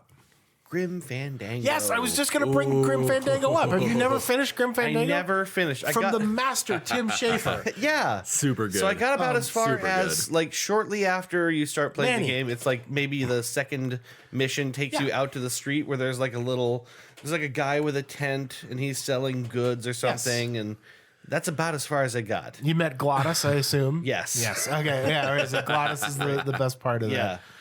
Yeah. Oh, Manny Calavera. Manny Calavera. Yes. Yeah. That is a fun little mystery solving kind of thing. Yeah. It's and just like those old point and click adventures, like it's fucking tough. You gotta tough. You gotta do some thinking to figure out how to advance the story. What was so hard about those is that I feel like they at times deliberately Yes. The made old try everything with everything option. Yeah, because they made it kind of hard to tell what things were significant and what things were just sort of window dressing. Yes. Which is fun, actually. Gabriel Knight had a few of those. It's like when you discover what the thing is, that's really fun. Like there were times in Myst where you'd walk past a thing 100 times, Yeah. and you wouldn't realize that it was a button, Yeah. or that it was a little switch or something. Myst was a real bastard about Yeah. that. I still have never legitimately finished Riven, but I have cheated. Riven is fucking impossible, It's man. so hard. Yeah. Fuck Riven. Yeah, Riven is very hard. How about you played and beat Brutal Legend, yeah? No. Oh. I just picked it up recently to play it again. Okay, well you Super good. should fit. Brutal Legend is great. Yeah. That Tim Schafer is, and Psychonauts. Have you? No. Oh God, you got to beat it. And they're gonna make Psychonauts too. I know everybody, Yeah. every fan of that game who was like, "No, dude, you got to play this." You know, For I beat years. Psychonauts like about 2 years ago, I think. Yeah, right. Yeah, Yeah, that was a I- game that I remember. I read the review for that in official Xbox magazine, and I got like a 9.3 out of 10. And I'm like, it was $40 when it came out. Right? Yeah, I was like, and they're like, oh, Tim Schafer, who did Grim Fandango, and like Tim Schafer did a lot of fucking shit. Yeah. that was really good. Yeah, I have a lot of those, by the way, because Yeah. they were on Humble Bundle. You can get a ton. They were just giving you a mess of them. DR. Yeah, right. But like Brutal Legend is great. It's just what you would expect. It's a game where you literally get to play as a heavy metal roadie in the Jack Black as Jack Black sees himself. Yes, right. In the heavy metal world. You get transported to the world of heavy metal. Yeah. It's fucking and it's like the coolest. What I love about it is that it's so every time you boot it up for the first time in a while, Yeah. and you forget that it just drops you in a video of Jack Black being like, okay, we're going to this record store. Come on. Yeah. It takes you to the back of the record store where there's this album hidden away. Yeah. And Right. it's called Brutal Legend, and it flips open in front of you, and now you're in the menu. Yeah, Like, right. It's so cool. I've never seen anything like it. Yeah, it's it's filled with all the charm and wit that you would expect from a Tim Schafer game. Yeah. Yeah. Yeah, dude, super great. Psychonauts is worth a playthrough. Yeah. It, I think I have that. like graphically, okay, it's from 2004, right? So you expect that. Yeah. But like from Yeah, a level, PS2 graphics. yeah, right. From a level design aspect and from a platforming aspect, it doesn't feel old at all. Everything is programmed very well. Yeah. And that's like the mark of like when you could put in like the original Super Mario Brothers and jump right in and everything feels really tight and really responsive. Yeah. It's the same kind of feeling. You know that they when things feel tight. Psychonauts is hilarious and charming, and the level designs are all wild and like these crazy different kinds of designs that you wouldn't even think of. Yeah. Because you're playing the game through people's minds. Oh, So yeah, whatever yeah. people's minds look like to them is what you're playing through. I have Yeah. heard tell that the milkman's milk is delicious. I am the milkman. My milk is delicious. Yes. I am part of the road construction crew. My back is killing me. I love that game. It's really great. And they're going to make a second one. Yeah. And now, and the thing is, Kickstarted, right? yeah, and the thing is now everybody knows that that's a good game because people found out about it like 5 years later that Right. like, hey, wow, this game was really cool. I'm sorry I didn't play it when it came out. Now everybody knows it's good. So everybody's going to buy Psychonauts too. I took the time to beat it, worth and it. I am very happy that I did. Worth it to complete it too, actually, if you want to go all the way through 100%. Oh, yeah. Yeah, do the whole shit. Well, I did not. But It's hard. It gets tough when you Yeah. try to complete it, but I will say this. You guys have given me a large list, more than I can actually play. But says you. I think it's time for us to take a break. okay. Hell yeah. So with all of this in mind, there are 11 games? No, there are 13 games on my list. Let's take a break. Come back with our recommendations. The whole episode was recommendations. The whole episode was recommendations. God, No, hope you have something else. I have a non-video game recommendation. Okay. Don't worry. We'll be back with recommendations and what we learned in just a moment. Yank. Woo!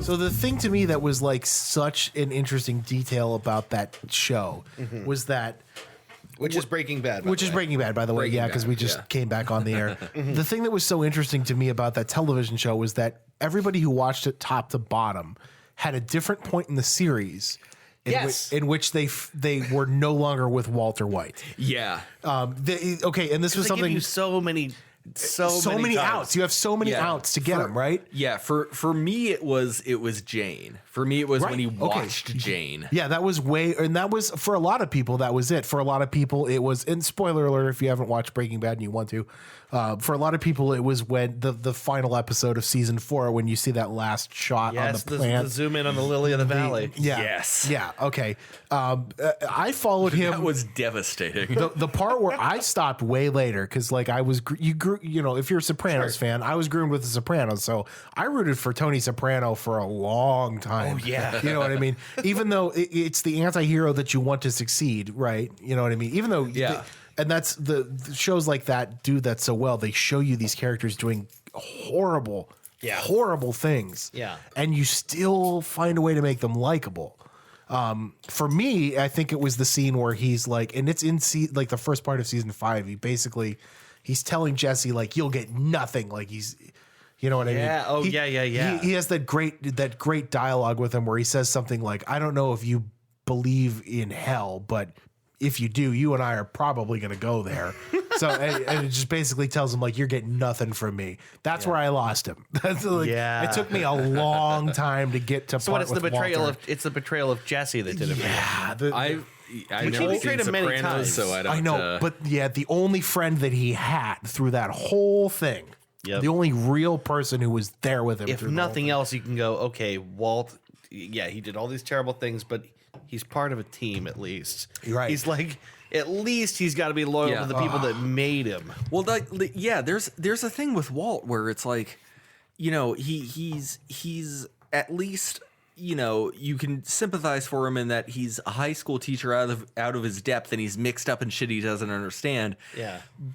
If by the time he sends, spoiler alert, if by the time he sends Jesse to kill Gale, you haven't lost your sympathy for him, you're fucked up. Right.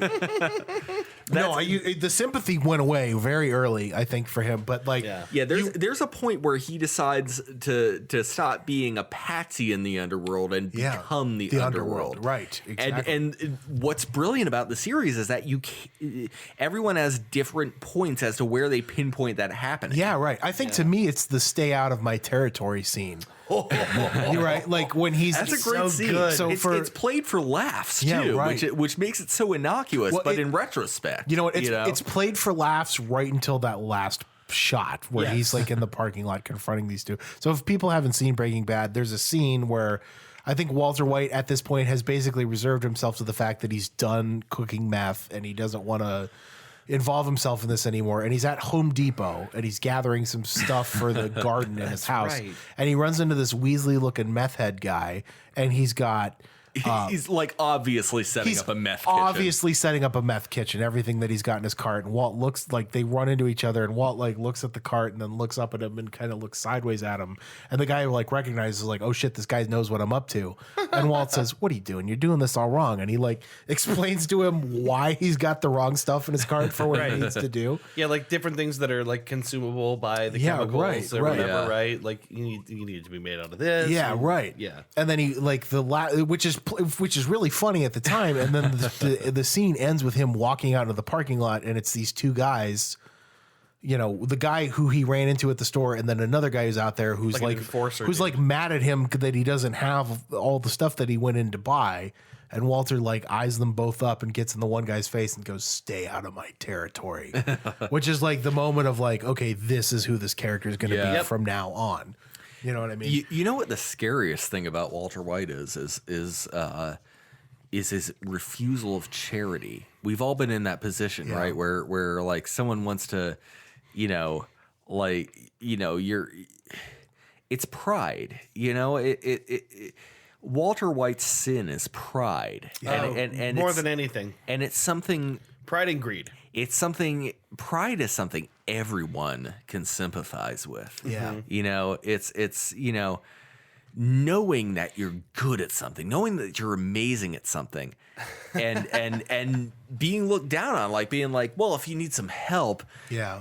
And that making you angry, you know? Right. Like I super identify with that. Yeah, Yeah. right. I super The identify thing is, with like, that. how evil would you be? That's really the question we all have. Is right. how evil would you be if it meant that you were actualizing your full potential? Right.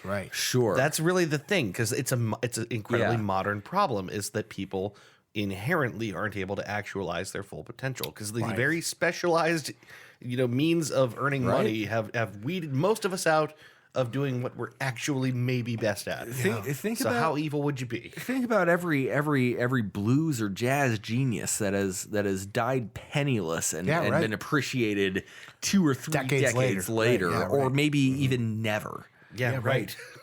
and you don't. It's the fear of obscurity. You don't want to end up like that. Yeah. And like, wouldn't you rather be amazingly noteworthy for something shady than unknown? And that's such a toxic attitude, isn't it? Is. Like the idea that if I'm going to be well known, it's going to be of my own merit.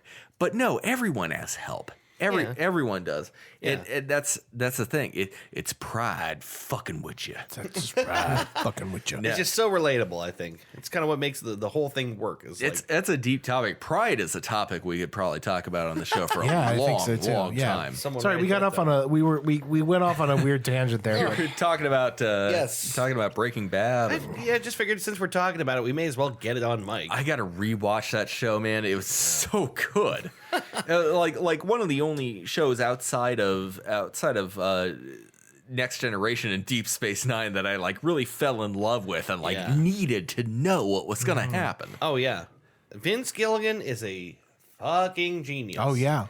And you know what? And furthermore, like if you really want to dive into that universe again and you want to take that ride again, watch Better Call Saul. Yeah. I know I still haven't yet. The thing is, you're in binge-worthy position because we still got another several months before the next season comes out. Yeah. You're in the perfect position to watch this. Which was exactly when you got me into Breaking Bad in college. Yes. The thing is, Bob Odenkirk recently told someone he's just waiting for the call, which means they haven't started this new season. Yeah, right.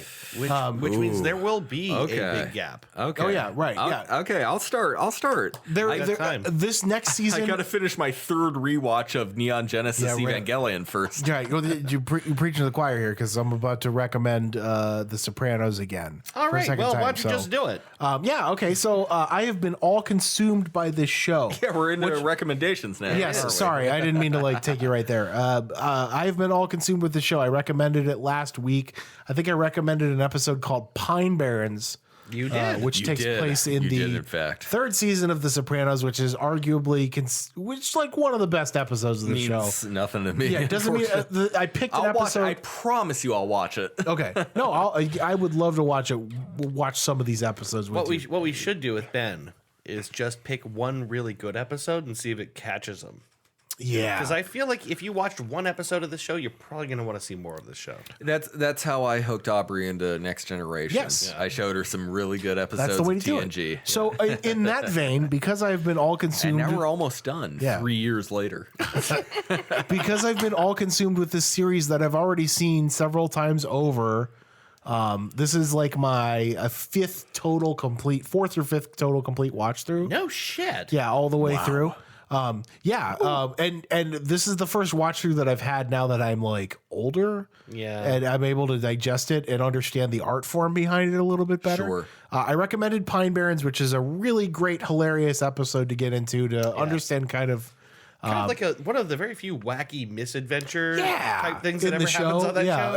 And it's set up with such a dark pretext. Right. Yeah, you know what I mean? So then when they're all like, right, exactly. It's like really surprising. You're like, no, they were taking somebody out to the woods to kill them. Yes. Right, you know what I mean? But then all of a sudden, which way did he go, George? Yeah, right, exactly. So in that vein, let me recommend some of the more serious episodes. And I will say that there's a spoiler alert out for at least one of these because one of them is later on in the series, and it's actually an episode that I'm not too in my watch through yet. Okay. And one of them is a little earlier on. It's an episode in season 2 called From Where to Eternity, which features maybe my favorite opening sequence of any television show and of any episode of TV ever. It's just this and I'll give you a quick spoiler alert. Soprano family soldier, Christopher Moltisanti, Tony Soprano's nephew, and protege. In the last scene of the previous episode is blown up, which is basically in an attempt to make themselves like new up and comers. These two fucking goons who are associates with the crime family decide to take him out as a favor to another associate. Does this have anything to do with a truck full of coats or whatever it was, or no? That was earlier. Okay. Yeah. So they're trying to impress this guy who's a made guy in the family, and they try to assassinate Tony's nephew. And the episode previous ends to him in the hospital, hooked up to machines. It's also the only episode of The Sopranos that doesn't end with music at the end title sequence. It's just the heart machine beeping. And who are you? Yeah, right. The proud Lord said.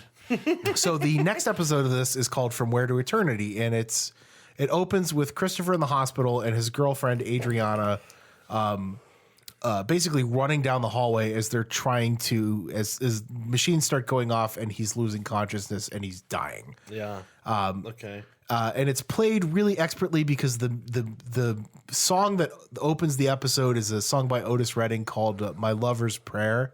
And it's just this long 4-minute beautiful sequence of Christopher at the hospital, basically almost dying. Everybody thinking that he's about to die, and it's interspersed with cuts of Tony and his wife Carmela, who are going through horrible marital problems at the time, having an argument as this song is playing over top of the scene. In fairness, them having marital problems is the show. Yeah, exactly. Like, it never stops. Top to bottom, it's the whole thing, the most believable on-screen couple ever, and the most driving conflict of the whole show, because it's so incredibly consistent. Yeah, right. Like when you think they're about to solve things, they don't. Yeah, right. It really pulls you along through the whole series. Yeah. And there's just this great. I remember there's this great shot in that scene in that opening of Tony like they get in this argument and Carmela grabs a pillow and storms out of the bedroom and like marches downstairs like she's gonna go sleep on the couch. And then the next shot is of Adriana running down the hallway to like go to the hospital bed where Chris is like dying. Yeah. And then the next shot is Tony waking up out of a dead sleep, grabbing the phone next to the bedside stand, leaning over and like crying, like they have to go to the hospital to see what's going on with them. And it's just, it's so beautifully filmed. And the entirety of that episode is really well done from top to bottom. And the ending basically completes that entire opening sequence really artfully. Okay. And there's not a ton of huge spoilers for that. I will tell you that the next episode that I will recommend very briefly, there are some spoilers too because it takes place later in the series. So we had a conversation about it not that long ago. It was an episode later in the series called Stage 5.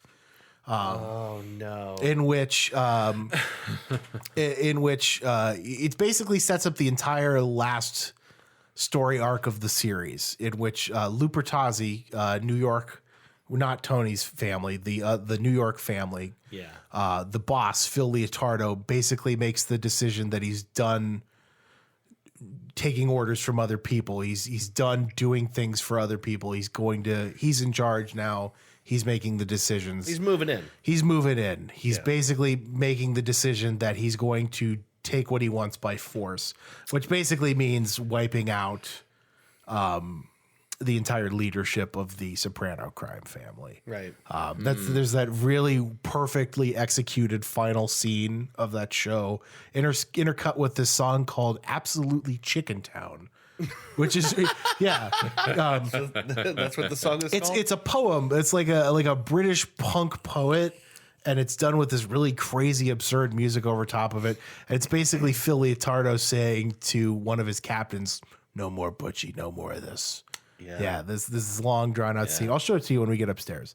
But it's him saying like, "I'm done taking shit from everybody. This is what I want. This is how we're." Which he kind of does for a long time. Yeah. The thing is, like everyone, the interesting thing that the show like reveals about the mafia, which maybe a lot of people knew but wasn't entirely clear to me, is like because it's families, there's a weird amount of compromise. Yeah, right. It's like territories that barely overlap other territories, and it's about.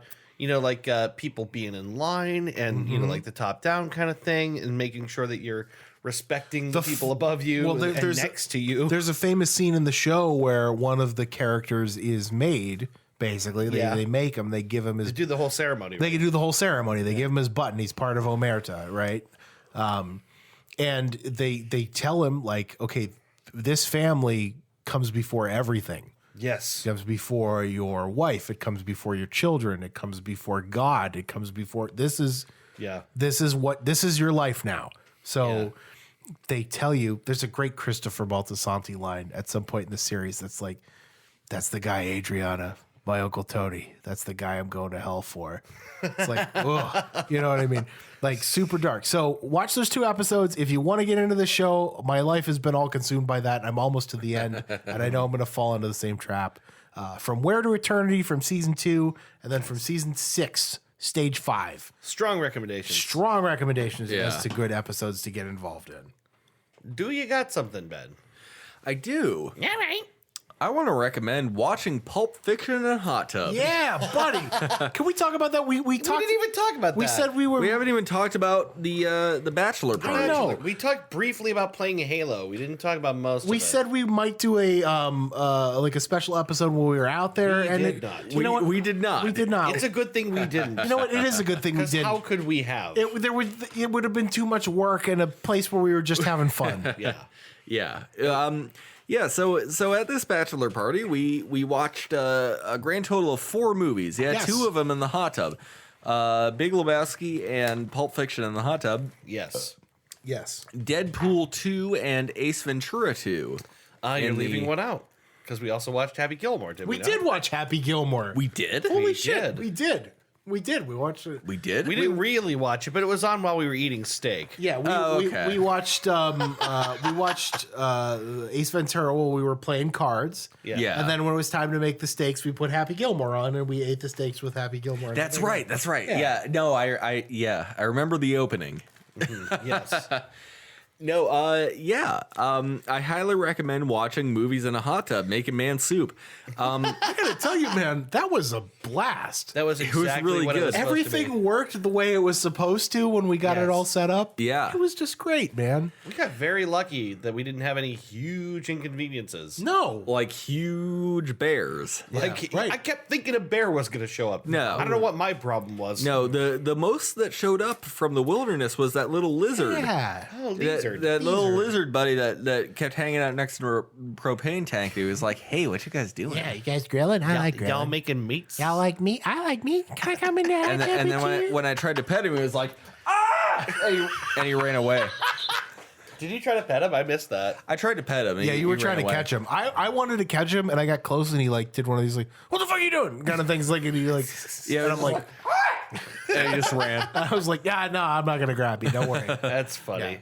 No, Yeah, we did not see dangerous animals at all. no, it was good. It's because we had multimedia going. We were playing Halo. We were watching movies. We had the giant light up hot tub.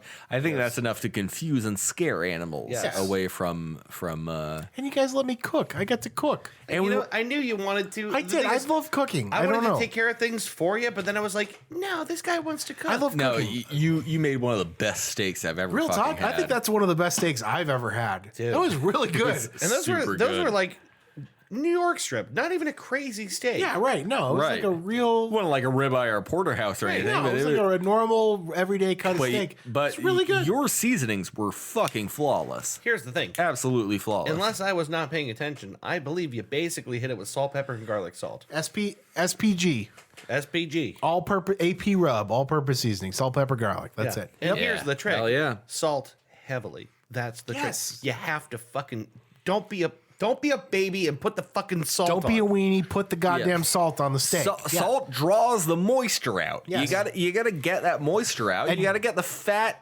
flavor. Yes. But then you also want to mixed wait, in right? with Because the- it'll pull it back in is the thing, Well, right? Like well, steak will pro pull it. tip: what you want to do is salt the steak, get it up to room temperature, and then pat it dry so you get that good crust on the outside. Right. And then once it's cooked, then you let it rest for at least 10 minutes so all the moisture goes back in. Yeah. it. Yes. I highly recommend spending a weekend in a cabin with your best friends. Honest is to God. Can we please? That's my recommendation. Please, bachelor parties aside, can we please do that again Yeah. sometime? Fucking A. That That might was so that might much be my fucking bachelor party, man. Honestly, if you want If you want to do that, we can make that happen again. Dude, I would love that. That was one of the best weekends of my fucking life. Whatever you want to do, that was so much fun. Yep. I'm all about that. We played Halo. We watched amazing movies. We played cards, for God's sake. We played some great cards. we just we did, we did. just did guy stuff for a whole weekend. How much We fun made was that? steak. We made burgers and sausage. It was so I good. sat out on the porch at 11 o'clock with a beer in my hand, smoking a cigar Yeah. with my shirt off. Right. Yeah. Yeah, right. Yeah. That was great. How often do you get to do that? Drunk in a hot tub. I don't have a hot tub. No one I know has a hot tub. I fucking One of these days, boys. Yeah, I'm One of telling these you. days. Yeah, we're gonna have a big box that says hot tub fund at the wedding. Aubrey I wasn't joking about that. Aubrey wants a hot tub. I know she wants one.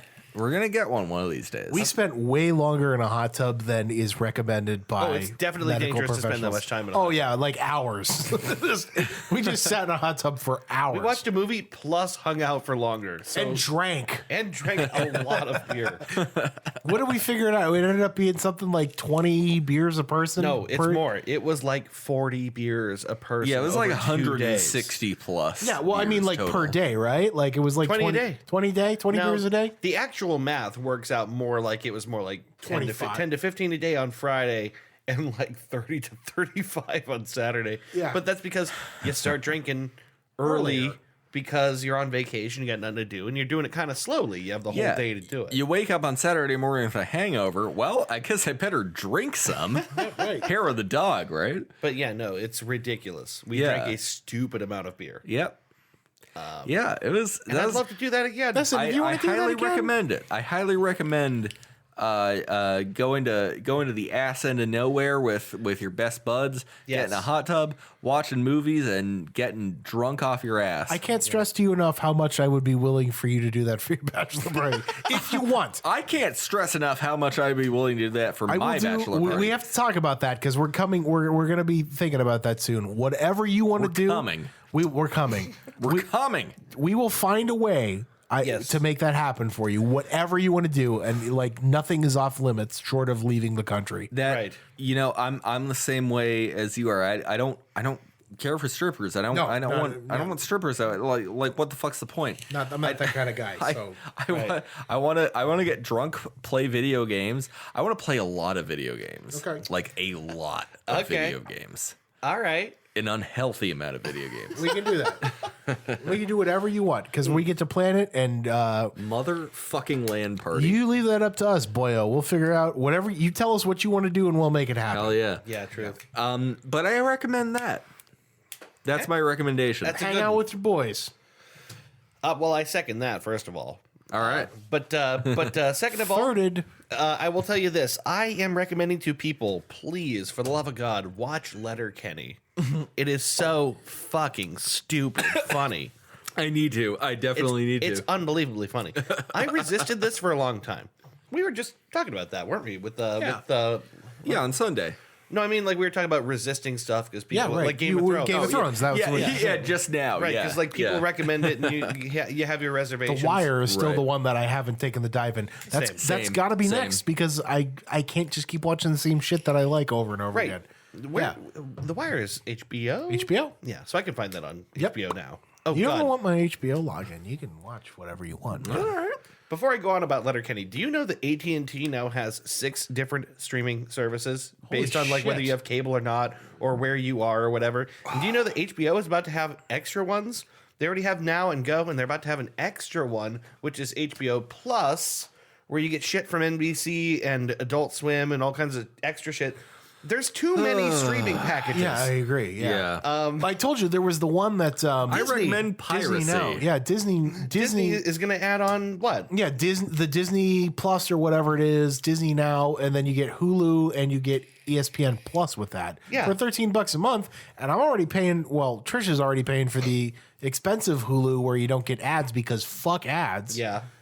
Which is like $12 a month anyway. So why wouldn't I do that and get my fucking ESPN? Right. The thing is, that's all cool, but there's too many streaming packages. Yes. But if you have Hulu, you can watch Letterkenny. There are 5 seasons. There are about 8 episodes a season, something like that. It is stupid funny. It takes place basically in rural Ontario.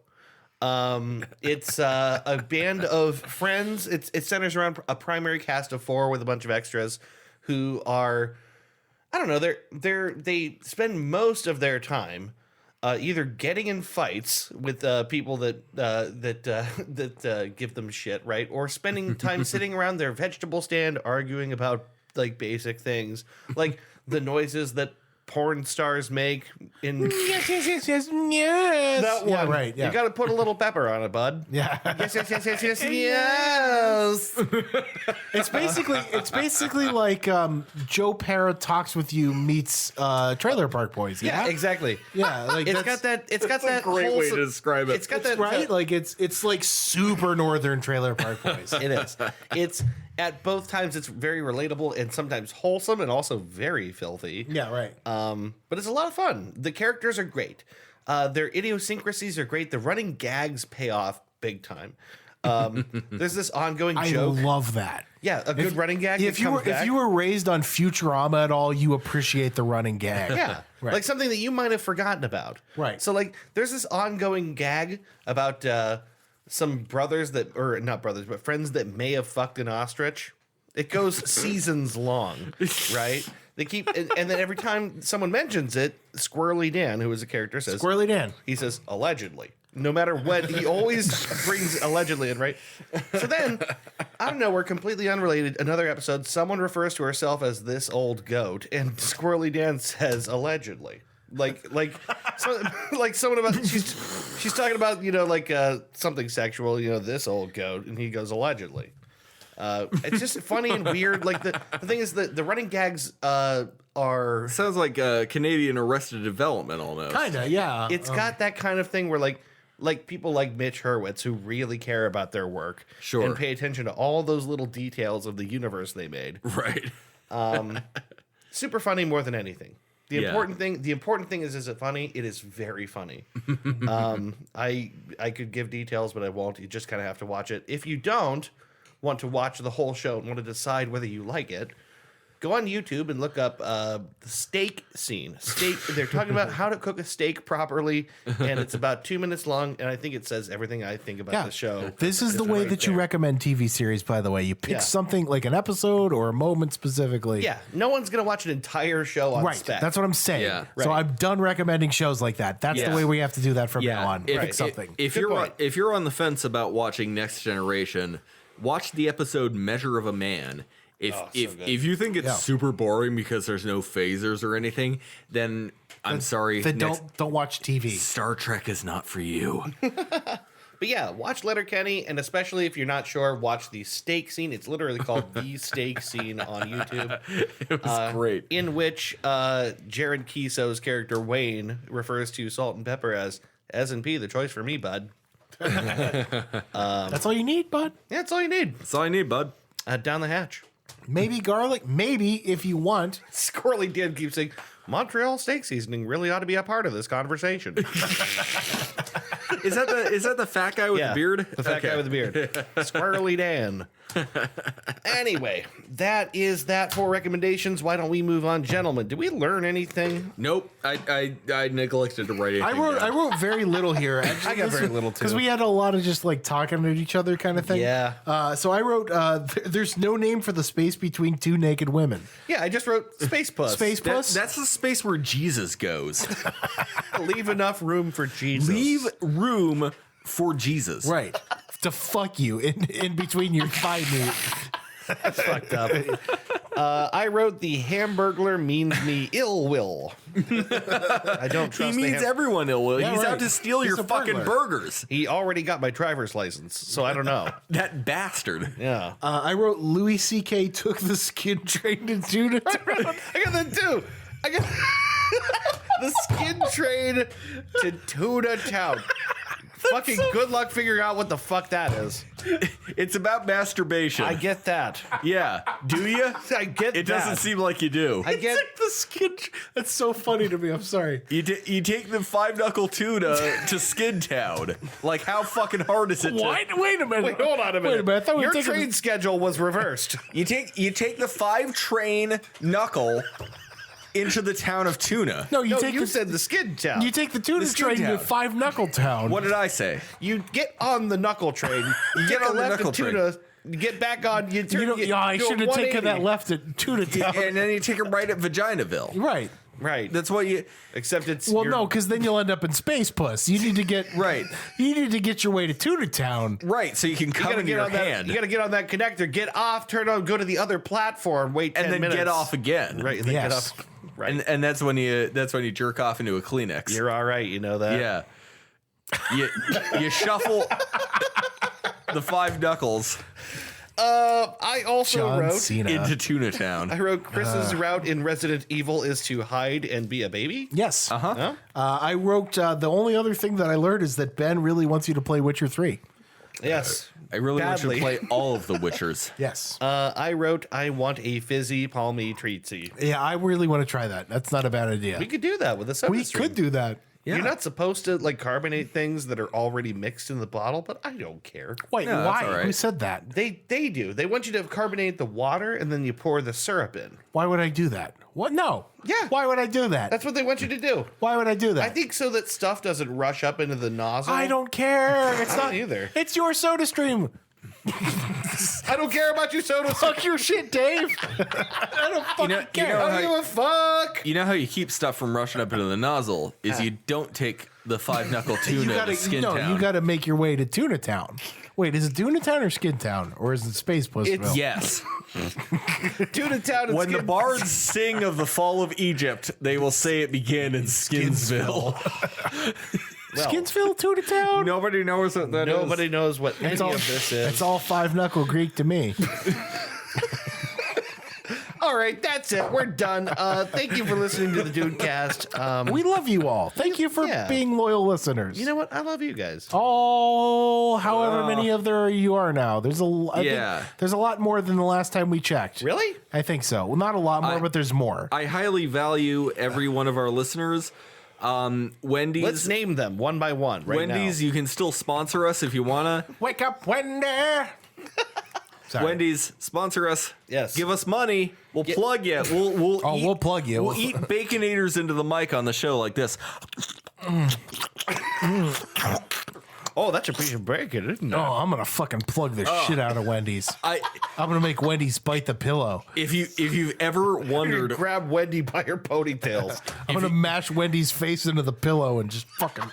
if you've ever wondered what it's like to have an entire layer of bacon on your hamburger that is completely encased in mayonnaise, go and order the motherfucking Baconator. Yeah, that's right. Do you want lettuce and onions on that? You don't get lettuce and onions on that. You don't need lettuce and onions on that. I don't order a Baconator expecting rabbit food. Give me literally meat. I'd like meat, and stuff that came out of meat, please. Actually, Yes. can you kill the guy in the back who's mopping and put it on my burger? Just dump his cerebrospinal fluid on his dressing. Hey, Ted, Delicious. get over here. Hey, lay down on the counter, Ted. All right. What's a samurai sword for, boss? Anyway, that's it. This is the Three Dudes Show. Thank you for listening. We will be back probably in 2 weeks with Yeah. another episode in Absolutely. which Chris will be hosting Yes, again. possibly in 1 week, maybe 2. Yeah. Who cares? Fuck see. it, whatever. Who knows? cares?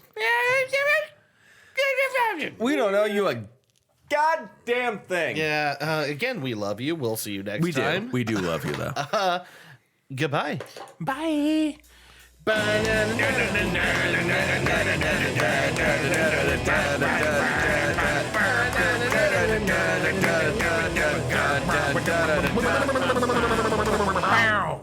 Shoot the president.